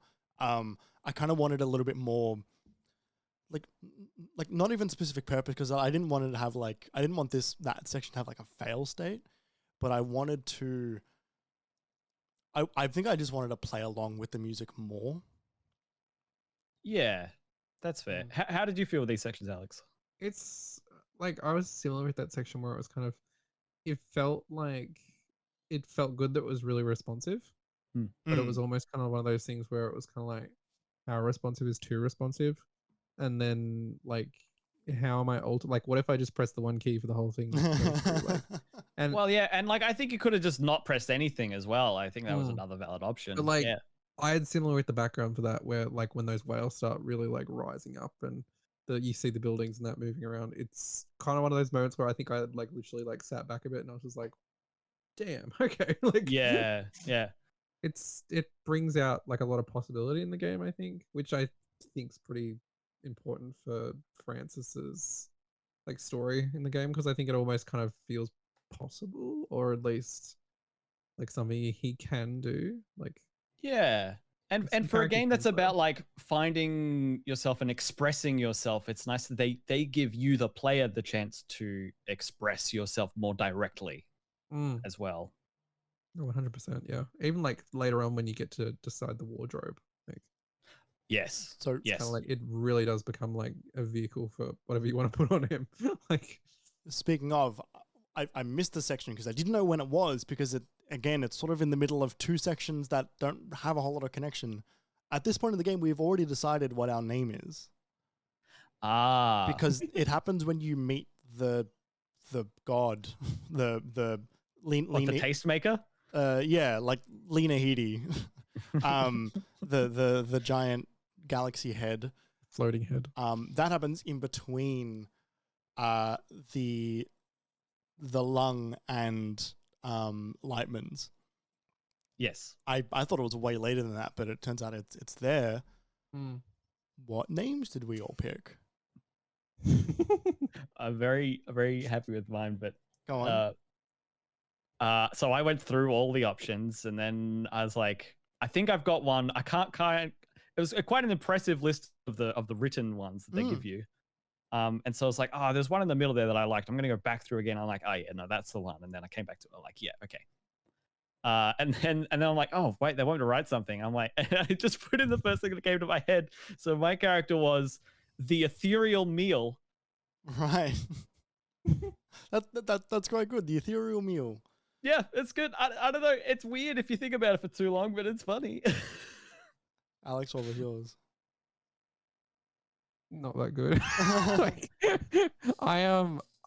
it's funny because I wasn't really expecting it to pop up as much as it did after I selected it. Yeah. But because like my brain thinking was like, there's no way this game's gonna say my name. Like, and it didn't say my name. It did an electric guitar strum every single time it played the input part, which is totally fair. But because of that thinking, I was just kind of like, well, I'm just gonna put my name. So I think I was like I was the ethereal Alex. Oh, right. And like every time it like popped up, like, oh my god, the ethereal Alex is here, and then I also chose ethereal. What? Hey! That's wild. What? That's absolutely wild. When you said it, Kerry, part of me was like, oh, now I've chosen the same one as Kerry. And then Alex, when you said it, I put my hands on my head saying, like, all three of us chose. That's so strange. I even cycled through them a bit. So did I. I looked through all of them. I was like, I looked through every single one. I'm like, you know what? I think ethereal is the one for me. That is so funny. That's wild. I chose my character because I was like, okay, what, like, I'm getting a little bit of Ziggy Stardust, like you said earlier, Carrie, which we'll get to him later. Like, I'm getting a little bit of like Space Odyssey stuff. What kind of sounds like a Space Odyssey, like a Space Oddity even. So I called my character the Ethereal Approach. Oh, I love that. That's good. Which sounds like a 70s fusion band or something, right? Oh yeah, that's a 70s sci-fi word is what that is. Yeah, it's like it because I was thinking like what sounds like Lonnie Liston Smith and the Cosmic Echoes. Like the ethereal approach is the one for me. So I did that. That's so funny that all three of us chose ethereal. I like how both of you chose cool names, and I'm just like Alex. But I really like the sound of that though. Like I honestly was just like, nah, it's just they're asking my name and it's gonna be like on my save file or something. It's fine. Like, and then it just kept popping up, and I'm just like, you guys are taking the piss now. Like, I do wish the voice actor hadn't said the line as if there was a full stop after the end of it. I am the ethereal. Like, yeah. like say it like you're saying something else afterwards too. Like, I wonder whether they didn't plan to put in the written bit and then they put it in after they did the voiceover. Like, maybe, but like it was little. I actually didn't particularly like the voice actor for Francis. There were a few moments in the game where I was like, I don't think that was a very good read of it. Like, like that was like, I know there's corny and campy, but I was like, I actually just don't think that was well done. And maybe it's because, you know, against Lena Headey, Carl Weathers, Mark Strong, Jason Schwartzman, right? These are all like really good, very, very talented people who are doing. That's where the budget's gone. Yeah, like, right. Cersei is your giant flying space head. Yeah, It's something like. Speaking of Star Gordon being Mark Strong, I thought he was great. Like as just like Mark Strong. Have you seen the? Okay, here's a weird pull. Have you seen him in the Sherlock Holmes movie with Robert Downey Jr. carrying? I've seen that movie. I don't remember him in it. He was the villain. Great. He's also in the Kingsman movies. Yeah, and the like Robin Hood TV show. I love that show. Anyway, sorry. Yeah, Mark Strong is quite good. Just like in anything but in this as well. He was like, he looks like Hitman. Oh, I do know this guy. Born Marco Giuseppe Salasolia. There you go. Bit of trivia for you. He's the villain in the Shazam movie. That has any of us seen that movie? No. Nope. Oh, he's the I villain. don't remember the villain though. Yeah, right. He's got a type. Played your favorite forgettable characters. Yeah. Oh. But yeah. So yeah, after. Yeah, Star Gordon's was funny. Like Yeah. it was a weird tone, and it was a trip, and it was like, oh, this is dangerous, and oh no, he's kind of being a friend to you. He's kind of saying, oh yeah, no, you should. He's looking out for you a bit. All of the different creatures that you have the guitar battles with, like going forward as well, I really appreciate them working the sigil into their face or into their body or in anything. I thought that was always quite cool. The one that you impress at the end of this planet, which then turns into a rocket ship, its name is Troms. Yes. And I think that's just a good name. I think he's a funny looking guy, and I think that's a good name. Alex, did you think this was the Glamagon? It just kind of constantly felt like they were building up to it. So I was just kind of like waiting for them to be like, this is the Glamagon. Yeah. But it's still kind of like when they explained it in like broad strokes, like you got to go see the Glamagon. But before you can do that, you've got to go see the agent to get signed. Like it kind of got a bit overwhelming, I guess. There was always something to do before there was something to do. Exactly. It's like, maybe don't like tell me that, or maybe just like preface it a bit differently, like, because otherwise I think with the constant journey kind of thing, it sort of felt a bit like I was being pulled along, I guess. Right. Like, and yeah, even if they were like, you're gonna go here and then you're gonna go here, like, but not make them, this is the gate to then open this gate. Make it just like, oh yeah, like you're gonna go to A and then you're gonna go to B. Yeah, it just kind of seemed like a and then. Like, yeah, because I didn't expect it to be 3 planets. I thought maybe, you know, it might be like the 2, or maybe it's like the 1, or maybe, but then it kind of just was like, okay, and we're off to this planet now. I'm totally glad that I went to 3 planets, but again, I was sort of thinking for the game, like I was like, how many planets can we really be going to? Like, it's not going to be like 8 planets worth of strumming and thrumming, like. So after this planet, we head back to the lung, and we have more conversations with Violetta and Lightman, where basically there's a level of like this is when, after like Star Gordon says to Francis, I believe, like, oh hey, like do you want me to show everybody what you're like? And then he says no. Because he's in the he's in the recording studio, and he says like, I can transport you to the stars and beyond, baby. And he goes, I don't want my small town to know that I'm playing this music that I don't think very highly of. Yeah, and Violet is like, you could have left them behind as soon as this happened. You could have forgotten about them. My lasers would have been all over the galaxy. You idiot. Yeah. She's got two specific lines of thought, which was like why do you care about those people? You could have left them behind, and also like this would have meant the world to me. I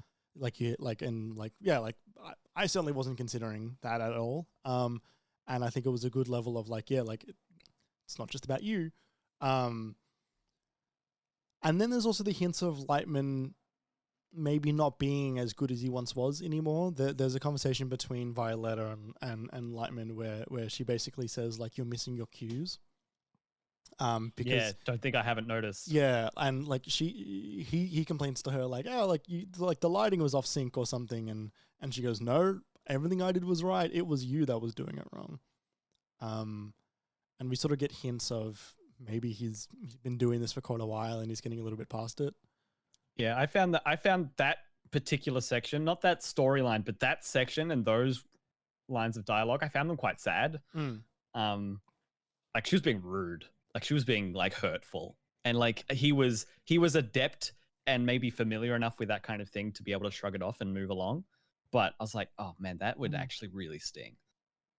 I don't know, like if it was just my own thoughts on that whole thing, but it sort of seemed like the uncle, something had happened that sort of cut his career short, because he headlined for, or he was like the support act for I'm going to say Letterman. For Lightman. Letterman. David Letterman. I knew it was going to happen. But like he was the supporting act for Lightman, and obviously Lightman's older, so it was kind of just like it kind of wasn't gelling, and there was never any like, I don't think they actually stated as such, but especially like you see all like the photography and like stuff of him, the uncle, and he just kind of looks like the same age and everything. Like it's not like there's any like of him old or anything. So I thought maybe that was kind of building that a little bit. Like, and also like everyone's opining for the time where he was alive still is like like he was gone too soon, or because obviously the uncle's not coming to the concert, because you feel like there would be a little bit of prelim there, but again it kind of was looping back into like, oh, how do I put words to it properly? Like it's almost like his career was cut too short, but maybe like Lightman's career is at a point where he needs to like, I don't want to say he needs to stop, but like he needs to like let someone else take. Or like stop living in the past, like stop trying to find what you had in the past and either move forward or do something else. Yeah. Because like Lightman does make some pretty like rash decisions, especially towards the end of the game when he's jumping up in front of is that the Glamourgon one? Yeah, that's the Glamourgon one. Because they're like, holy shit, like he's gonna get destroyed. He's gonna get like obliterated. Like, so I'm pretty sure that Jonathan Vendetti is dead at this point. Because there was a thing that happens at the end of the game, which I don't know if you two maybe didn't see it, and if you didn't, I'm gonna save it for later when we get to that point. But yes, I agree with you that it does feel like that maybe this was a version of the uncle that was that could have continued. I have a feeling I know what you're referring to, and I'm like, I know, but I also am kind of like, I feel like it wasn't stated in the game, like before that point. Like they kind of just left it as just like a John Vendetti, it's his nephew. Like, yeah, I don't know. Anyway, moving on. We'll get there. We'll get there. Yeah, and so you then at this point then move into the second planet, the Glimmerdim. Glimmerdim. Dim or Din? Dim. Glimmerdim. Which is like a desert slash like salt spa springs kind of planet. Well, yeah, you also land near Beige City. Yes, yeah. It's all everything is rock or water. There is no or sand. There is no vegetation. There is not really many life.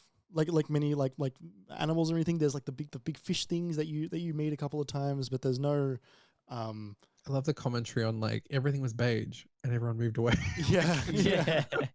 It turns out it's kind of fucking boring. I'm living in a place like that. But then also they all move to a place that's quite colorful but quite strict, and like that's beige in its own way, where it can only be the one thing. Yeah. So it may as well be beige. Yes. Like. Yeah. So we end up fighting a big, like, I think they were called like scalefish or something, and it's got more lasers shooting out of it when it works, and then there was a part where you see these rhino looking freaky dog looking things that, like, it's such a little moment, and it's such a like, it's such a like forgettable moment, but I definitely remember that there was a moment where he says, like, I would have named them like pink like what are they? Pink spotted rock stompers. And then he just moves swiftly on, because I guess that's a reminder, like, he's a kid. Like, he still will think of silly things like that, and still has a imagination that isn't like this old man who only wants to have the next big score, right? Can I say, just before that, before you get to the Beige City, you have to go through the caves, and you go to the jazz club with the like the dog made of coral that speaks in saxophone. Yes. That was fun. I'm glad we looped back to that. Like, I was just like, I'm to the nightclub. Yeah, like it was just such like a moment to be there. Like it didn't really have any greater significance, but to be a jazz club with a saxophone speaking coral dog, there was so much creativity just in that one section. That like that just moves on to an entirely different section almost instantly. Even just the animation and the design of that area is so singular. I don't know. It was a fun little area, and as someone who has played saxophone, I enjoyed that a lot. Surprise, surprise. I think going through the caverns there before as well was really cool with the lights, because I think I don't know, something about that was particularly satisfying to me, like seeing how reactive they were in that sort of dark cavern and like it lighting up fully, like And then there's the part after that is because this coral dog is like it's meant to promise you a ride, which is this turtle. Yeah. Which is that's just a good sentence to say. And after that, you get there and the turtle is gone. The turtle is no longer around, and you sort of just continue on until you bump into Frida, who is definitely my favorite character. Definitely meant to be Frida Kahlo as well. On her ship, the Ruby Cola, which is a great name for a ship. That's such a fucking cool name for a ship, and definitely a drink he saw before he fell asleep as he's dreaming in his bedroom, right? What were our thoughts on Frida and the ship? Alex, you said Frida was your favorite character. Why is that? She was. I think just her writing and her voice acting. I don't know who her voice actor was, but she felt like particularly like fresh, like not fresh, but like she seemed very like I wasn't expecting to bump into her in that city. Like, and it was kind of, and she was just doing her own thing, and she's like, yeah, sure, hop aboard my giant flying pancreas or whatever it was. All the flying body parts. But yeah, like you get on a ship, and like exploring that ship as well felt really satisfying, because it seemed to me like when you were jumping around it, like you weren't supposed to be traversing it how you were traversing it. Yeah. But it was very satisfying to be like climbing up on the roof. And and then it kind of was the only way to traverse it as well. Exactly. Like, it was so ramshackle. Frida is voiced by Artemis Pebdani, who is not someone I've ever heard of. Shout out to the name Artemis. I love that name. Yeah. Fuck yeah, good job, Artemis. Like, it's funny that you say Frida was your favorite character, because my favorite character was also on the boat. Galvaggio. The dog. That was like another coral dog. Yeah, another coral dog that is like immediately told to you, do not talk to this thing. And then the moment the dog talks to you, it is in this extraordinarily loud bass boosted shout that is that made me burst out laughing the first time Yeah. I heard it Yeah. because it was so shocking and so tonally different to the Yeah. conversations that were happening.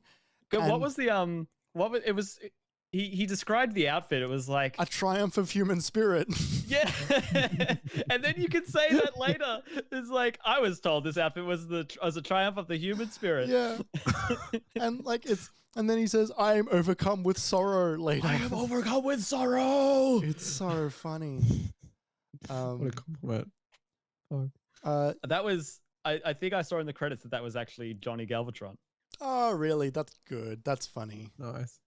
I'm curious with both of you because I felt like, how do you feel with the closet being in that section, like that being when you finally get some like take on your character's clothes? What like, as in like it being that far in, or yeah, like I sort of felt it was a bit far in, but that might have been just me. wasn't it? I really kind of appreciated that. Like you were given this character who was a character, but through the character finding themselves, you got to find how they express themselves, and it was an opportunity for you to express yourself. Like, and so like it kind of came along with like him accepting himself in a way, because like he's still not ready for the outfit when he gets it, but you have that moment by the middle of the third one where he's like, I got to own this because like we're all gonna die if I don't, and he starts owning it, and then he has that really down moment, and he tries to play Square. I know I'm jumping ahead, but he tries to play Square a ballad about the miner or whatever, and he just says, no, I'm not going to do this. This isn't who I am. This isn't who I'm going to be. And like the game,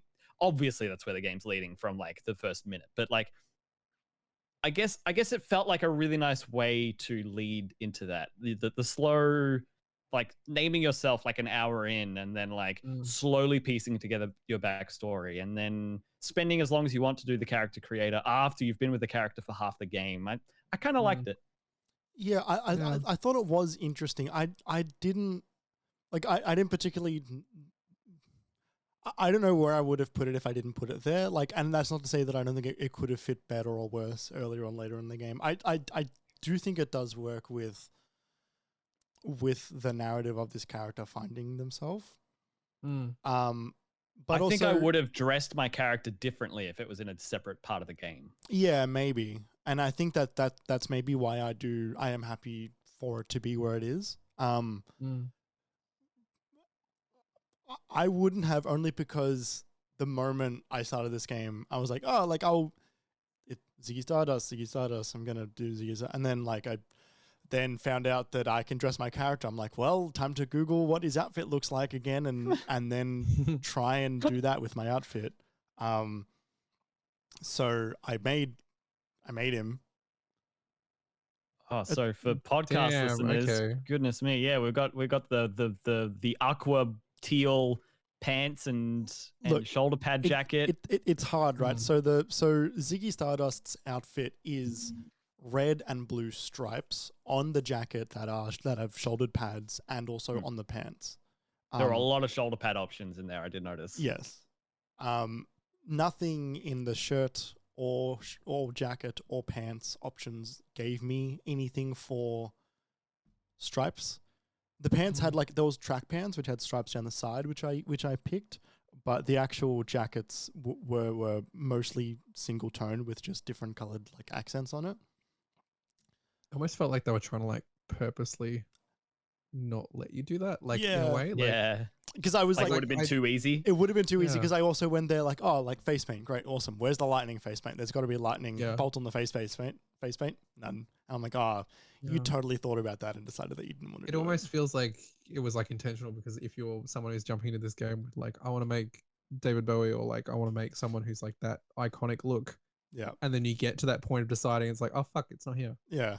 What do I pick? Yeah. Well, it kind of circumvents the whole point of of you dressing your character, right? Of expressing this new thing, and it is inspired by Ziggy Stardust, but it's not about Ziggy Stardust. It's kind of a very player-sided thing that I liked. Yeah. I definitely was like, oh, you fucking you read me like a book. How about you, Alex? What was yours? So mine, I tried. I get very overwhelmed with character creators. So you got like a red studded jacket. Yeah, The I got wings on the hair, glasses, the blue hair. I do like that style shirts jacket. unbuttoned. I think I had that shirt. Yeah.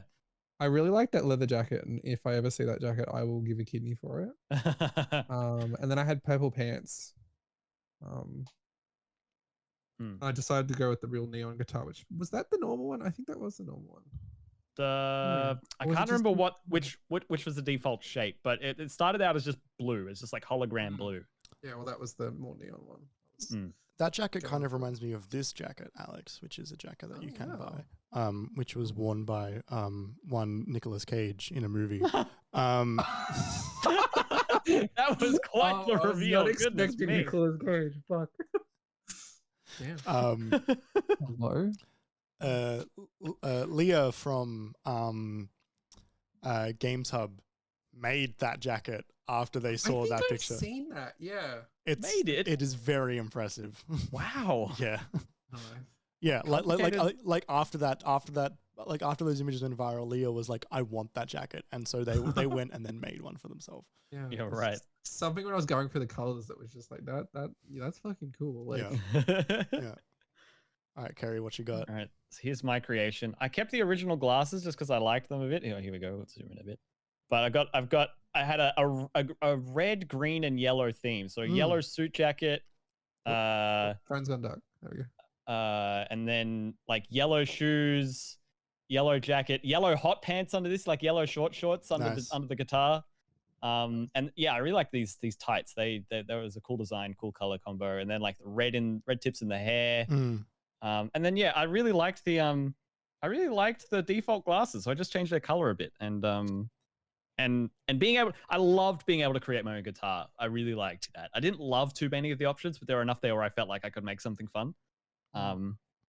So yeah, I really liked this section. Yeah, I also love the inclusion of just a little photo booth area for you to sit in and like strike a pose to take a picture in. Like that was with like the good lighting. I was like, you are proud of this character customization. You want to see it in all its glory. Go and strike a pose, take a picture, share it. Like it's good. It's definitely when you are walking through the closet, which spectacular closet. Yes. Oh my god. It did sort of seem like, okay, now this we're just getting chucked in. But then you sort of go in and you're in suddenly like a shopping plaza, like a mall kind of thing. Yeah. And then you're opening all of the stores as you go into them, and then you have access to them. Yes. Yeah. I was just about to say that. I did love how you had to go through. That was very cute. Go through it to get access to all of them. Yeah, totally. But then it wasn't like you had to go visit each one to be like, oh, now that I've changed my pants, I want to go back and change my gloves. Yeah. And yeah, being able to just cycle through on the top, that was perfect. Yeah. So when we all like, sorry. With again thinking about whether the game is real or not. Yeah. Because he's at the shopping mall. Yeah. In the no one ship else that around, definitely can't fit it. Like. Yeah. It was another thing where I was just like, this is fucking cool, but I'm like, interesting. Yeah. Yeah. I still fuck with it though. Like. Well, yeah, it's funny because like when you come out and speak to Frida, and she's like, "Where did you get these clothes?" He's like, "I got them from the wardrobe in your ship." And she's like, "No, where in all of the world did you get these clothes?" And he's like, "Oh," but it was funny just being like, "I got them in the shopping center." Yeah, shopping center in your closet. Like, were we all happy with our creations from that point on? Did we ever think like, "Oh, I wish I could have tweaked that," by like afterwards? I was happy with mine. I was definitely happy with mine. I think I was pretty happy with mine, but I think I was really hesitant to go back and change anything because I didn't want to like jump into the whole like, okay, well, what am I going to be now? Yeah, like, sure. Change every single piece of the outfit, like yeah, just select the pair of gloves. Like I was pretty happy with mine too. So from this point onwards, we head upstairs and we get a hologram call from Lightman.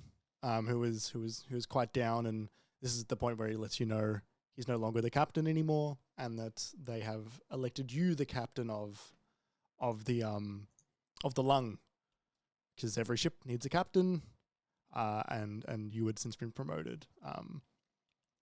So because you were on the main stage. Yeah. Like, what was it? It was like suddenly you had started getting way more views than Lightman was getting at this point. And then you're flying in the ship and you head over to the fashionista. Yeah. Like you go to this beige city, and because at this point it's like, okay, time to go back to the lung. The fashionista has the turtle, I believe. Yes. And so you have to try and convince the turtle to, convince the fashionista to give you access to the turtle so you can head back to the lung. Yeah. Which is again another sentence I'm a fan of. And you come across these two guards, which were quite funny. Like they had like a really good voice. Like that interaction. Yeah, like they were really good. And it was their only lines. Yeah, and they were talking about like the color, because you get given a ticket at some point to access the city. That's right, because the person who Ticket's the wrong color. Yeah. yeah, like the person who originally had the turtle didn't have the turtle for you, so they gave you a ticket to access the city where the turtle was. That's right. And you get to the guards, and the guards are like, "Well, this is the wrong color ticket. It's the wrong beige of gold, basically, the wrong shade of gold." What is it? Golden toothpaste 22. Yeah. All regulation items are golden toothpaste 23C.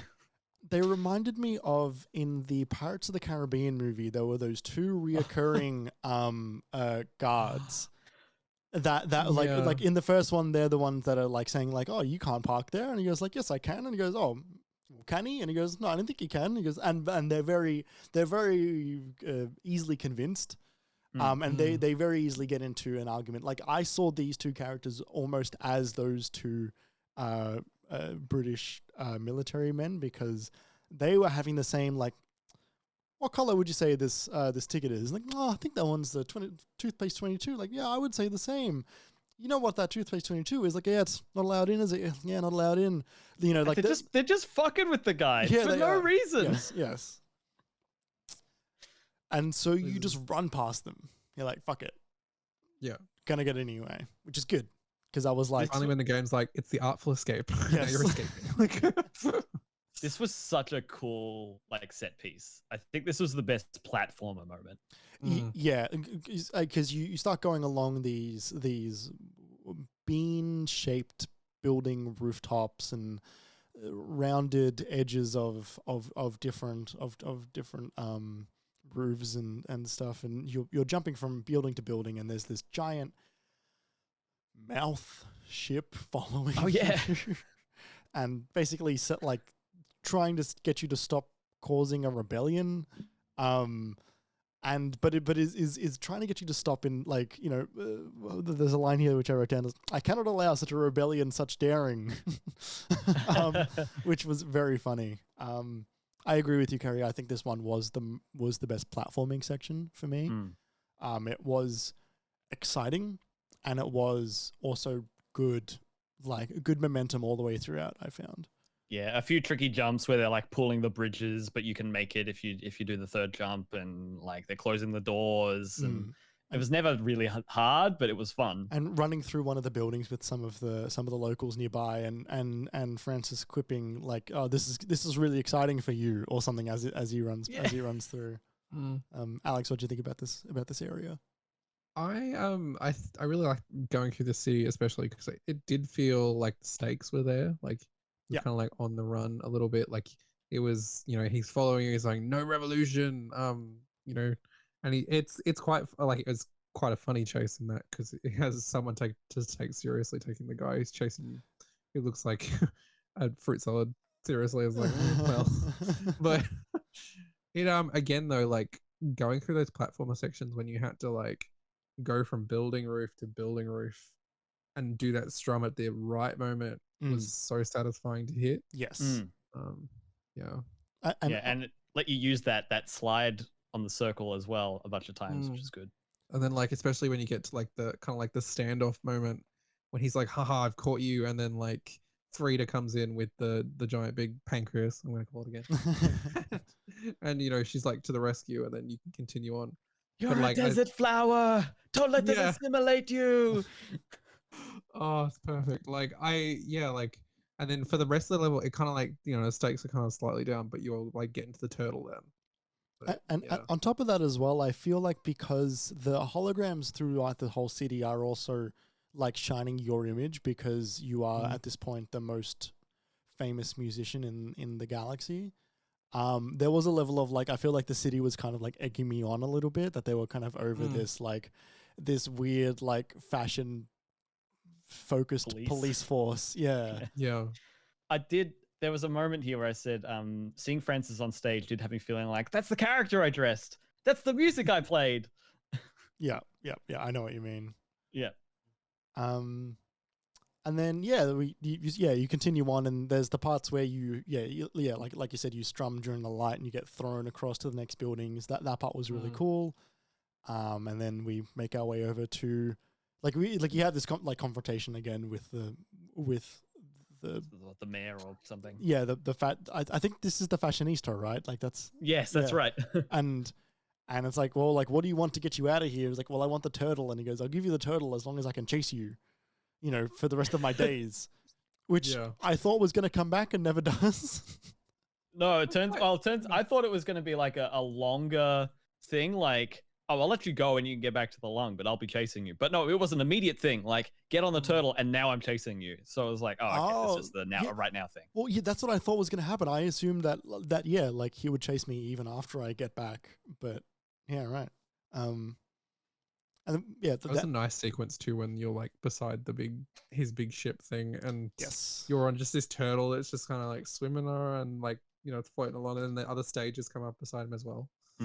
It reminded me a lot of Final Fantasy X, actually, because there are a lot of moments where you're in the airship in 10 and you're fighting Sin, which is this gigantic whale in the sky, and like trying to bash it out of the sky, and you got to get closer and further away from it, like depending on whether it's charging up an attack, and you do it a couple of times, and it reminded me of that in a really positive way. It was like, oh, this is like an epic sky battle, except it's music, and it's pretty cool. Yeah, especially when the lasers get involved too. Like, it's the cherry on top. Mm-hmm. And the turtle was very cute.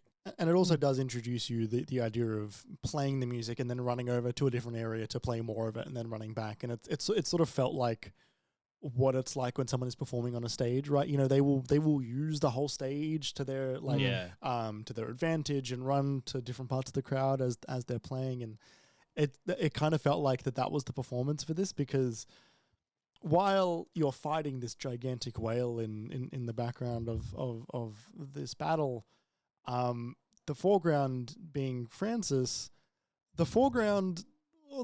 Francis never actually turns around and looks at the thing that he's fighting. He's always looking directly at you, because it's all a performance. Because it's also a game, and that's how it's put together, but also the speakers are behind him, right? Like, they are always pointed directly at you, because you are always the crowd of this performance, which I quite enjoyed as well. There were times when I did like interpret, I think it was mainly on the Frost planet, but I was kind of like, it sort of did feel like we're still in the lung a bit, and we were kind of just like the audience watching the performance kind of thing. Right. Yeah, I know what you mean. Like, you're looking through the lens. Which almost made me wonder why that wasn't like a UI thing, maybe. But then I guess that would take you away from the planet. But it's just something you bring to it yourself, I guess. Yeah, for sure. Yeah. Well, I suppose the interesting the UI in this game is nearly non-existent. It is just text, and it is just like press triangle to interact. There is no other elements of UI in this game at all. There's no health. There's no time or anything. And I think it works to that. I think it does work to its advantage that way. Where there's my light on. Go for it. Which I quite enjoyed. Carrie, do you have anything else to say about this section? No, I wrote something towards the end of towards the end of my notes, but it had to do with the fashionista riot, as I called it. Which, when I wrote that, was like, ooh, that's cool. But I said it was an excellent set piece, as was the warp turtle chase, but the original free play section hit so good. I personally, nothing hit as hard as that one did for me. Right. And I had this thought of like, I didn't see why the general platforming sections, or maybe, just the general platforming sections, it would have been nice if they'd had the free play moments in there, perhaps, where I could like noodle around on the notes, whichever notes I wanted while running around. So it wasn't just restricted to those literal one moment on each planet 3 times through the whole game. Sure. But that's about it. As I said before, the fashionista riot was the best platforming section. Even if it wasn't the best moment I had in the game. I'm Do either of you remember whether that in that section whether they used the wall grab at all, like the mantling thing? Probably a few times because there's a bunch of those. I think there was the higher doors. Yeah, Yeah, and there's also those bounce mushrooms. sort of bounce. And So then I think if you miss one, you'd probably grab a ledge. I don't think there were too many mandatory ones though. Yeah, With the double, there weren't really that many ones where you had to like do the double jump just to barely get the ledge. It was a lot of the time like if you jumped well enough, you would usually clear it. Mm. yeah, I don't remember any mandatory mantling. Like it always kind of felt like a save for me. It was like if you just didn't make it, we'll give it to you. But yeah, yeah. So I guess like at this point you head back to the lung for like the final time. And like you're on stage there and everybody's like sort of in love with you. And Lightman is moving out of the captain's quarters and you have a chat with him and he basically says like, hey, like, can I, like as a former captain, like, do you mind if I'm your supporting act for the next gig sort of thing or the final gig? And Francis says, yes, of course. And says, okay, do you mind if I pick the stage? And he goes, yes, of course. But yeah, like I feel like this one is maybe the shortest one, I think, right? It gets interrupted pretty quickly by the course change. Yeah. Which I don't know if you either of you noticed, but the word, it was like course change, now heading to Hyperion, whatever. So, Yeah. and like all of those details, those were details that were on that initial travel lounge in Lightman's building in Calypso. The dolphin. Threat level dolphin. Yeah, that's right. Yeah. Yeah, and so like you sort of head with Zom and Violetta. Yeah, like you head and like you find out that Lightman is taking you to the planet where the Glamagon is, presumably because he's feeling quite like self-conscious and is like, well, if you can like I could beat this thing, but maybe you can't, and also a level of like maybe I can do it again and relive my glory days and one final score, like all this stuff, you know, things an aged person who has best years behind them would do in a moment of crisis. So yeah, we head into the Hyperion whale zone. That's right. But like WAIL zone, like wailing and yelling zone. This planet looks like they all look pretty sick, but this one looks fucking sick.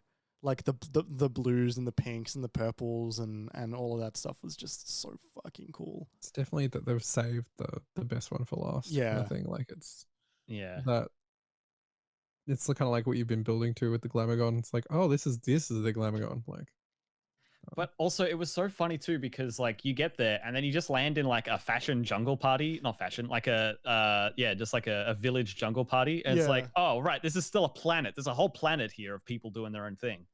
And then you read that frog thing. the frog thing that with all of the eyes? Yeah. There's also the like no party zone. And it's like, don't you dare play something. And it's like, it's just such a strange singular area. Yeah. That was the same section with that, like, I want to call it like a tentacle octopus thing where it just like comes out the ground. And then it's just like, hey, how are you? Like you have a good chat and he's like, you want to ride me, don't you? Yeah, Floyd. Yeah. And then the guy just is like, yeah, I do. Yeah. that was so funny. But there were also those like snake worms that like came out of the water and like went at right angles through the sky and then like landed back in. I wrote screensaver firework fish. Oh yeah, they look like the pipes from like the Windows 95. Yes. Oh my god. But yeah, this one went quick. Yeah. This was this is very brisk section of the game because you land at that party, then you you talk to the frog, and then you do a little bit more platforming, and then you make it into where those fish are, and then that's when you said before, Alex, there's that moment where you take pictures with fans, where you can like do silly poses and points. And then All you 3 different poses. yeah. Oh, that radio interview. The radio interview as well, which was quite funny. That one, I'm glad that section didn't go any longer than it did, because I was like, I kind of want to like get to the bit, right? Because it's so like seeing the vision of Lightman in the background performing for the Tastemaker. And he's like, 20 skyscrapers tall and lasers everywhere. And holographic, and it looks so fucking cool. Listening to Lightman's music when you hear it on its own, it is so Hendrix. Yeah, it is. Just that different style. It is so fucking Jimi Hendrix. So can I ask, with this interview, I feel like is a good time. Yeah. What was everyone's character introduction that you heard so many times on this final planet?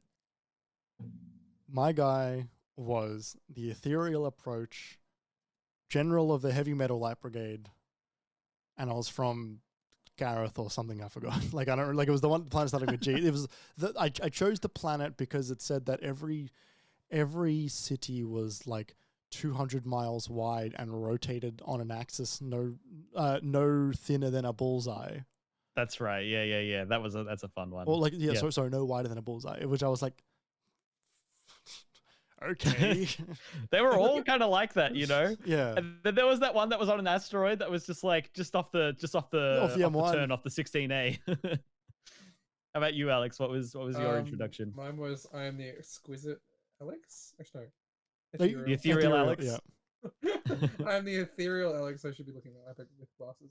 I am the ethereal Alex of the Cosmic Extraordinary, and I am leader of the infinitely loud galactic symphony. The infinitely loud galactic symphony, right? Yep. Right. I don't know. I was going for more music. I was like, yeah. I wanted to do a theme. Kerry? Yeah, mine was I am the ethereal meal. I am from Warbleword, where we invent and ratify a new language every 3 hours. Soloist of the first intergalactic transmission. Nice. I'm glad that those were all different and we didn't all pick the same. Me too. I was expecting more crossover with those than the name, to be honest. Yeah, honestly, yeah. Yeah, so like that's kind of it. Like you for this section, you then make your way over, and Zom's like, hey, go wake the beast, and so you go over to this no party area where you can just like there's one guy there that's like, hey, don't play music because this is the new music zone, and everyone else is just ready to go as soon as you start playing. And so like did either of you hesitate? Or did you just run in and play? Pretty much, yeah. Sprinted in. Just yeah. I think when they tell you not to do something, it's like, okay, I'm gonna do it. Yeah. I did hesitate. I got to like the middle of the area, and then I just started playing, and the whole room lit up, and everyone started dancing. It was good. Yeah, and there was like not any punishment. No one cared. No, not at all. Yeah. So you then awaken Floyd. Yeah, which is great, by the way. I love this creature. And yeah, then it's like, you want to ride on my head, don't you? And you're like, yes, please. And so you do. And you find out the Tastemaker is Lena Headey, the gigantic head from before. Yeah, the head from before, the Little Big Planet head from before. But also you catch up to Lightman. Yeah. At the same time, you catch up with Lightman, and he's in this cool 60s like set from an Ed Sullivan show stage that's on jets, and he's got his head with like on a hologram above it. And you sort of start to talk about, like, it is then revealed that Lightman knew the Bob Dylan character, and it was using you to bring the Bob Dylan character back, and like a lot like the plot kind of happens here, right? Yeah. Like the reason for everything sort of is happening all here. And then you start to have this moment of crisis of like, well, maybe I am a funk person because I am, at the end of the day, I'm just another Vendetti. You then work yourself. That turn, that twist, quote unquote, was I didn't expect it when it came, and I was like, oh man, that is gonna hurt, because like it was cool with this planet seeing Francis own what he was trying to be, what he thought he might want to be for the planet because he had to be. Yeah. Like that was just cool. Like this whole planet was just like owning it. And so it was like I felt that blow a decent amount of like, oh man, he was just brought along because he was Johnson Vendetti's nephew. That sucks. Yeah, and Lena Headey sort of looks inside of him and sees the little bit of the folk that's still there in him, because it's not 100% all in on this music. And can I write down one of the words she says? You can write it down. It might have been after the down moment. You can say it into the mic as well as just writing it down if you'd like, Harry. Great. So I wrote down, when I arrange every facet of you in my mind, I can hear you like a chord.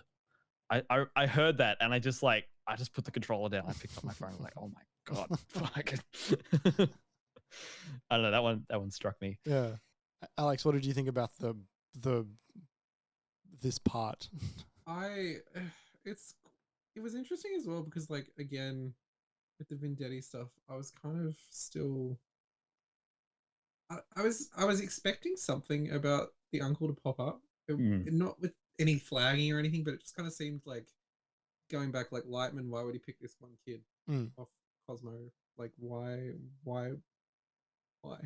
Yeah. And then, like, for the whole thing, and then, like, when he sort of got those little subtle things about him being a bit shaky, it kind of then was sort of coming together a bit more. But again, when you find out that he was the opening act for Lightman, it's kind of like, oh. But, like, you can kind of then understand, again, that theme coming back up with your character, where he's caught between his folk, his new stuff, and what everyone else is expecting of him. Yeah. And, like, because he thought Lightman was, like, fully on his side with, like, yeah, you're coming with me, you're a talented kid, yada, yada, yada. And then he finds out towards the end that, no, you were brought here because, and it's, just kind of a good thing that you're talented, kind of like. But yeah, it'd be interesting if they brought him in without that. Like what if he was not talented? Like, there's a lot of like little cogs there that's sort of interesting to me, but it's very obvious why the player character gets very bogged down in that. Well, it's interesting too. That is partially the resolution as well, because you play the Glamogon stage, and we can talk about that in a sec. But the conclusion of that is the Glamogon's like, you've done it. You have entertained me. Not because of your music, though, but because of your light show. Yeah. And all of a sudden, it's not about him. It's like, yeah, you were all right, but you were the vehicle for the thing that really blew my socks off tonight. And so it's like, it's not about the ethereal. Like it's about Violetta for some reason. I still never really figured out why. It's like, she's the thing that runs the place. I'm like, why? So yeah, like that kind of is partially in the ending somewhat. Which is also weird, because he gets given the car, not Violetta. Like, he gives it to Violetta after, but like he still wins, which was like, there was a little. Well, he's the one that's there, right? Yeah, but like, it's like Doug Bowser picks up the Game Award because he's the one that's there. Yeah, but there's a reason Doug Bowser picked up the Game Award, and it's because he decided he wanted to be the one to pick up the Game Award.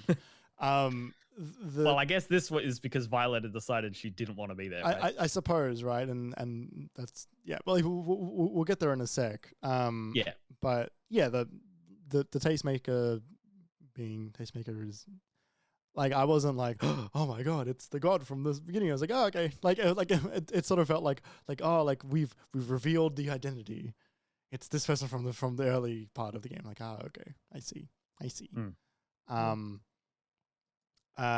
then like you have that moment where you there's like the spotlight, and it then kicks into the whole stage of with the Glamour Gorgon behind it, which is huge, is like this gigantic tick. I think that's a really accurate description, actually. I don't know how to describe it. It's I just think that was my favorite stage of the game, just because of like how it starts off with the middle section, Yeah. and then you go up to the other section, and then it full on like builds out the ground, and then the other one builds out the ground as well. yes, Just like the size and like of the crowd, but like even just the giant Glamour Gorgon just like fucking Yeah. hovering there, just like with its the motif again on its head, like yeah. Sorry, Alex, I think you're just talking to the side of your mic a bit. It's a little quiet. Sorry. It's all good. The But yeah, I agree. Like I wrote down that like the final performance for the Glamogon was like it was the best way to do all of the platforming things at once. Yeah. Like the bounce pads, the sliding down hills, the stomping on the ground to start the thing, the Yeah. wailing around as you walk on stage. It felt like those mechanics were maybe built for this moment. yeah, I didn't think this stage was a really good, like, let's put it all together. Like, you know how to do everything here. And there's no more teaching. Like, it's just like execute on the idea. With like a new song too, which was good, like a final song. Yeah. And like the crowd as well, the thousands of heads bobbing up and down. The only time in the game that characters are not looking directly at the crowd, directly at the camera, is when there is a crowd. So like I quite enjoyed that as well.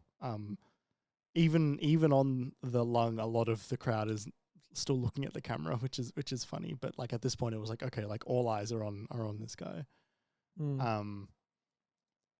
And like the stage as well changes so many times. Like, you know, speakers appear on the side in giant towers, and like that, like lights and colors get like shone throughout the whole thing. It doesn't ever stay one color, which I really quite liked as well. And then you win, and you get given a DeLorean, which I think is cool. Because and like the contest happening, and then it's like, and for winning, you get a ride from Anti-Ride. Because if you've got a ride, it's got to be Anti-Ride or whatever it was. It was like, wait, this is sponsored? What the fuck? It really played into that whole I think with musicians and like music videos thing where like they're sponsored by just random shit. yeah. Like Sony, or like, you know, just like the car labels and shit. Yeah. Norman Reedus picking up a monster drink. Yeah, and then like Violetta and Francis are driving through space. Yep. Nowhere in particular. She just wants to drive. She just wants to move. She wants to be on the move. And while she's driving, she bumps into Lightman, who is just floating above them, space, just floating at the same speed. Just hangs out. I thought it was quite funny that she was sort of like free of this thing, and there's that moment where he says like when you come back, can you pick me up? And she's like, all right, whatever. Well, it's funny too, because like he was never that bad. Like she was a little fed up with him, but it was never that like he's not a villain, toxic or whatever. Yeah. Yeah. And yeah, then you head back. You head back to the town of Calypso. At this point, we know that we've missed the show. The show had happened at 7:00, and I think you get there at 8 or something, and you then head to the after party. Kind of strange that people go to the after party when the main event didn't turn up, but whatever. Also, like, where was the main show was going to be in town, wasn't it? Yeah, it was going to be at the Rude bar owner's place. Yeah, I was kind of impressed how many like actual people went to the after party. Like, but I guess like if no one performed, of course you're gonna go. But like, it seemed like very like, oh my god, the old like the little grandma made it all the way out there too. Yeah. Like, you know, is that keen? But There's also that moment before you get there where there's the figure in the distance down the creek. That was, what did you guys make of that? I was confused. I was like, who the fuck's that? But I was like, I guess it's the uncle. It's Johnson. Like, he's sitting on a stool leaning over with a guitar in his hand. It's got his big coiffed hair. Yeah. Great hair. Yeah, great hair. Oh, yeah, Bob Dylan had good hair. This is what made me think that don't think I've ever seen Bob Dylan. Really? I mean, you have because you've played this game. Oh, look at that hair. Yeah. Yeah. That was interesting because they don't play with the death of Johnson very much. No. It's never a thing. Like his death is never a thing that has ever weighed on Francis. Even his legacy is not particularly. Even his legacy is not really particularly a thing that weighs on him. It's just other people's expectations of how he is going to be, which is interesting that he does show up at the end. Maybe as a sign of like I'm watching you finally be who you are or something. It's like the hat tilt. Yeah. But yeah, then you sort of you get on stage and you like introduce yourself. He has that discussion with Remy, the owner, right? And he's giving him all of the lines that he believes because we were there for them. Yeah. And the guy's like, "What the fuck are you talking about? You piece of you weren't here. Why are you here now? Get on stage." Which he has no right to be as rude as he was in the first cutscene. In this cutscene, you know what? He didn't show up to the gig at all and rocks up to the after party wearing this. So like I can understand a level of like, what the fuck are you doing? Yeah. But the music as Francis walks on, and it's like it has never been like that throughout the game, really. But it was great. Especially when you do see like those cuts to the crowd and like the grandma's teary. Yeah. And, they're all like, just like, "Who's oh this?" my God. Like, and he's still got the holographic guitar and it's like bright in his hands. And the moment he strums all of the strings, the lasers shone out. Above the crowd as they were all symmetrical when the end turned up. It was like a picture. It wasn't like how you get like, oh, it was like uneven over here and there's gaps. So it was a symmetrical fan of lasers. I was like, whoa. All from Violetta stealing those valves at the start. Yeah. Oh, that's right. She was stealing valves. I forgot about that. I kept thinking it was fuses, but then just like before I was like, no, it's valve. Yeah, because the tubes in the amp, and then that's it. And then the credits roll. And the flying car. Yeah, that's right. And before the credits. Finally, the flying car rocks up on screen, which is like did it happen or not? Yeah. So, how do we all feel at this point? How do we feel about the ending of this story? I think it was a good ending. I think it could have been bad. I think it could have easily just like petered out. I think it was a good ending. Yeah. It was a strong ending, yeah. Like I think the beats that it hits towards the end are very satisfying. And it kind of feels very like you've gone through all this stuff to get here and it's worth it.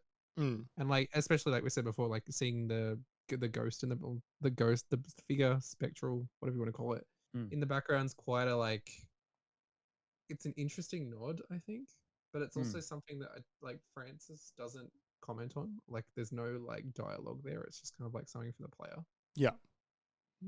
Yeah, and it has the very like the message in this game is very overt, but it is good that it really it capitalizes on the player really receiving the message.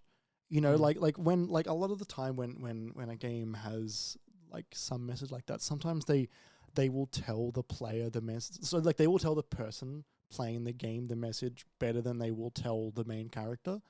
And there is a level of disconnect of like I get it, but my character wouldn't have. Like they believed in something that they didn't get enough or that they didn't earn this, right? Whereas I feel like this was an earned ending. Like they'd hit all the right beats at all the right moments. Even although, like it was so clear from the moment on the cliff where you try to play the ballad and then instead you just wail for 3 minutes. Yeah. Like it's shit. Like because he has got his magic. Yeah. Like yeah. But like like it's so clear where the game's going, and it's okay. Yeah. There was another thing that I did want to bring up. So I was looking through articles about this game from when the game came out. there's a really good article which like I'm not going to read out the whole thing here, but there's an article here. This picks up on something that I've got in here too, because I want to bring it up. Yeah, it's the article is from thegamer.com, written by Stacey Henley, who I believe is now the EIC of the Gamer. Oh. I'm not sure if she might have been back then as well. I'm not too sure. The article is titled "The Transical Mystery Tour of the Artful Escape." Subtitle of the subheadline is "Francis Vendetti's journey to accept what he is and what he is not is a deeply trans story." Yes. It like the article is quite good. It's not too long. I definitely recommend reading it. It'll be in the show notes. But basically the idea of, you know, societal pressure to be a certain way, to be a certain person, going on a journey of self-discovery, and a lot of the things that Francis was dealing with throughout a lot of the game, this author felt like it was a lot of the same things that she went through as a trans woman. You know, the idea of like not letting people from her past down, or, you know, like being afraid to show the people from her past that she has changed, or that Francis has changed, right? The idea that the one that really stuck out to me the most was when he goes to visit Space Gordon, and he's like, hey, like, you've got it, kid, let me broadcast you to the stars. And his immediate response is not, I don't want the stars to see me. It's, I don't want my town to see what I'm doing right now. Yeah. Which was very like, oh yeah, like that read is perfectly fucking valid. Yeah. Is that similar to what you were going to say, Kerry? It's precisely what I was going to bring up. There were so many moments where I was like, even from just Calypso, like so many moments where I felt like this could easily, the parallels could be drawn to that of like an allegory for the trans experience. And like, I don't know, that it wasn't overt, but it really wasn't subtle. Like it wasn't the point, but it kind of was. Like it's fascinating. Like it's kind of all subtext, but it's also the whole point of the game. There's literally a line in this article saying, "The Artful Escape straddles the line where I'm not too sure if I'm reading into it too much or have in fact cracked the secret code, but I'm not too sure I ever need to know. My experience of The Artful Escape was very queer, and that was good enough for me." Like, it's like I am not trans. I am queer and have had similar things where it's like I will dress differently depending on if I'm seeing family or if I, you know, am going out to a club or whatever. Like those things happen to a lot of people for a whole variety of reasons. But yeah, it can. Honestly, I think this, and like I wrote down here in my notes, the very first time you meet Violetta, she is both wearing like blue and pink. Oh, right. And like it's not like that doesn't mean like that, like blue and pink and white does not always directly equal trans, but also it's very easy to read those things, right? Yeah, Alex, what did you think? I had a similar thing like that, but I think early on I was worried with Violetta that they were going to go down that like manic pixie dream girl route with her. Yeah, Just right. Like, oh, don't do it. Like, no. And then like when she wasn't in that game that much, I was kind of like, okay, like, I'm cool with this. Like, it's, you know, they're not like just using her as like a character trope. And she's not even a romantic interest at all, right? Like there is no like will they, weren't they? There is just like character. Yeah, exactly. which is great. She's just there. She's doing the light show. She's having a blast. She's taking Lightman for all he's worth. Yep.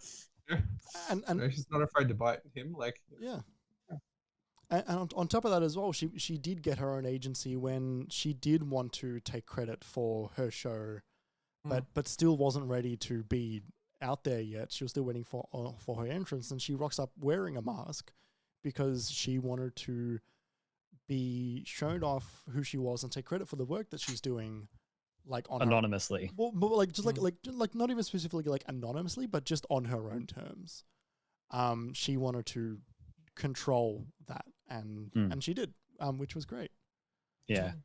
There was so much stuff even at the start, even in that first scene with Violetta, where she's like, "You ever climbed to the top of that tree? Or have you ever been to the top?" And Francis says, "Been too scared to try." There's all that stuff about like, "Oh, have you ever thought about becoming someone else entirely?" And then something, I think I wrote something else towards the bottom. Oh yeah, and when you come out of the wardrobe, when you've dressed yourself, and like the character creator in general, like all of the different options, it didn't matter what you wanted to pick. It was just you could pick whatever you wanted to pick, and that was it. That was just it. And that I think was great. And then Frida says, "They will make fun of you at first, mock you. That's because they've never seen anything like you before." It's like, oh man, that's so awesome. They just let the people in this game and you as the way you experience it and express yourself through this game just be who you want to be, and that is how it is. I thought it was great. It's fascinating, like this game, how easy it is to draw similarities with your own experience. Like no matter what that is, like Jeremy was saying before, like dressing differently. Like, you know, similar for me, like when I go to events, sometimes I'll put stuff on my eyes and I'll, you know, go ham there. But like if I'm with family, I won't. But like it's this interesting thing, even from an artist point of view, where like there is all this stuff that's come before you. So how do you like, what do you bring into that? Like what is you that is not just you stealing from someone else and like that sort of thing. So it's like finding identity, I guess. Is something Yeah. That's actually all of my notes.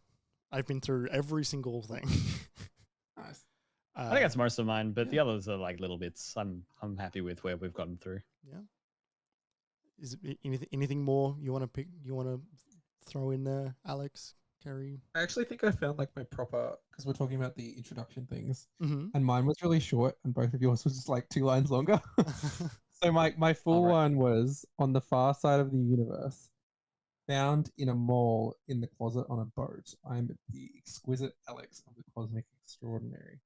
I am the leader of the infinitely loud galactic symphony. So that's the full one. Nice, yeah, nice. all right. I had to shout out the boat. Like, Yeah. Yeah, no, I think we did it. Cool. I'd be really actually sorry, is something. No, please go for it.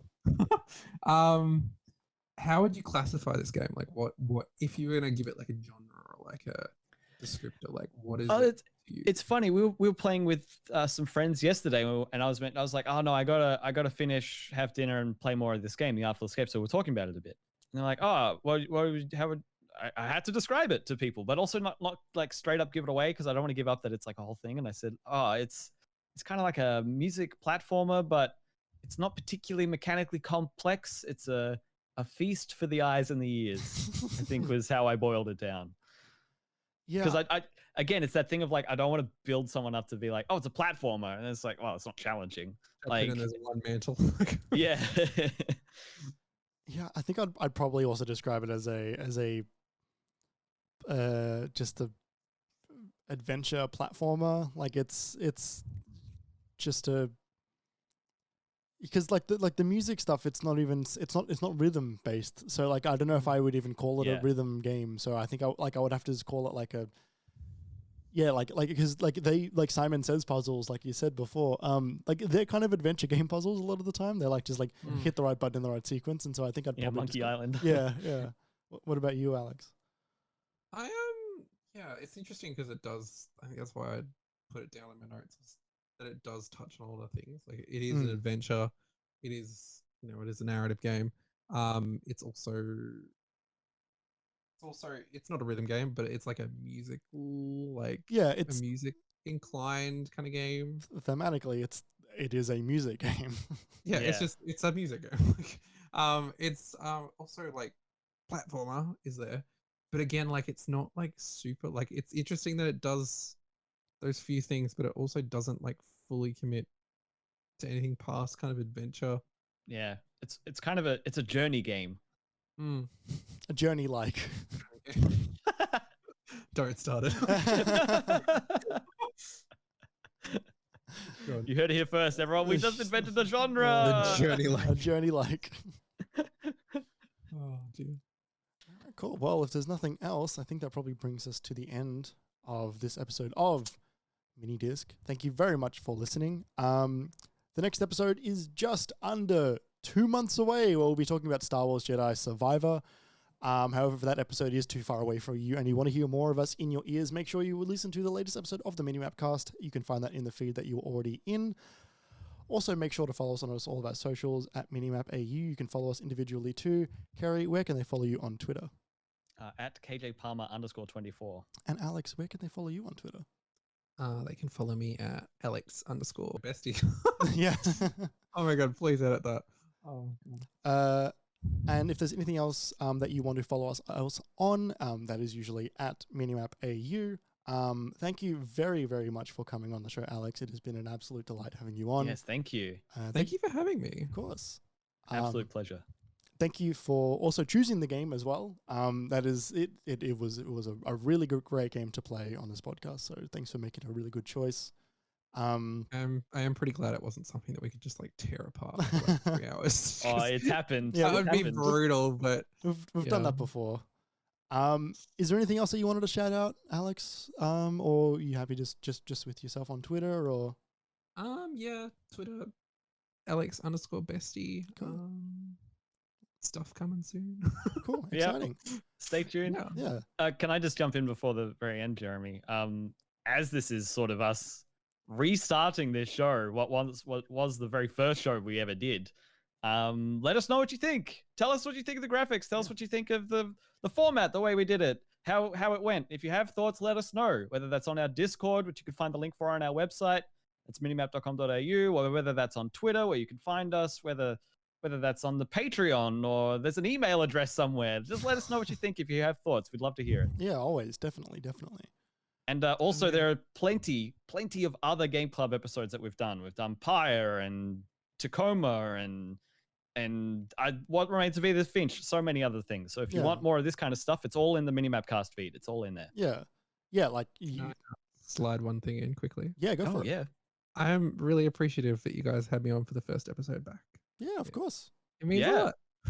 Yeah. When we hung out at PAX, I said, "Hey, I should have you on the podcast."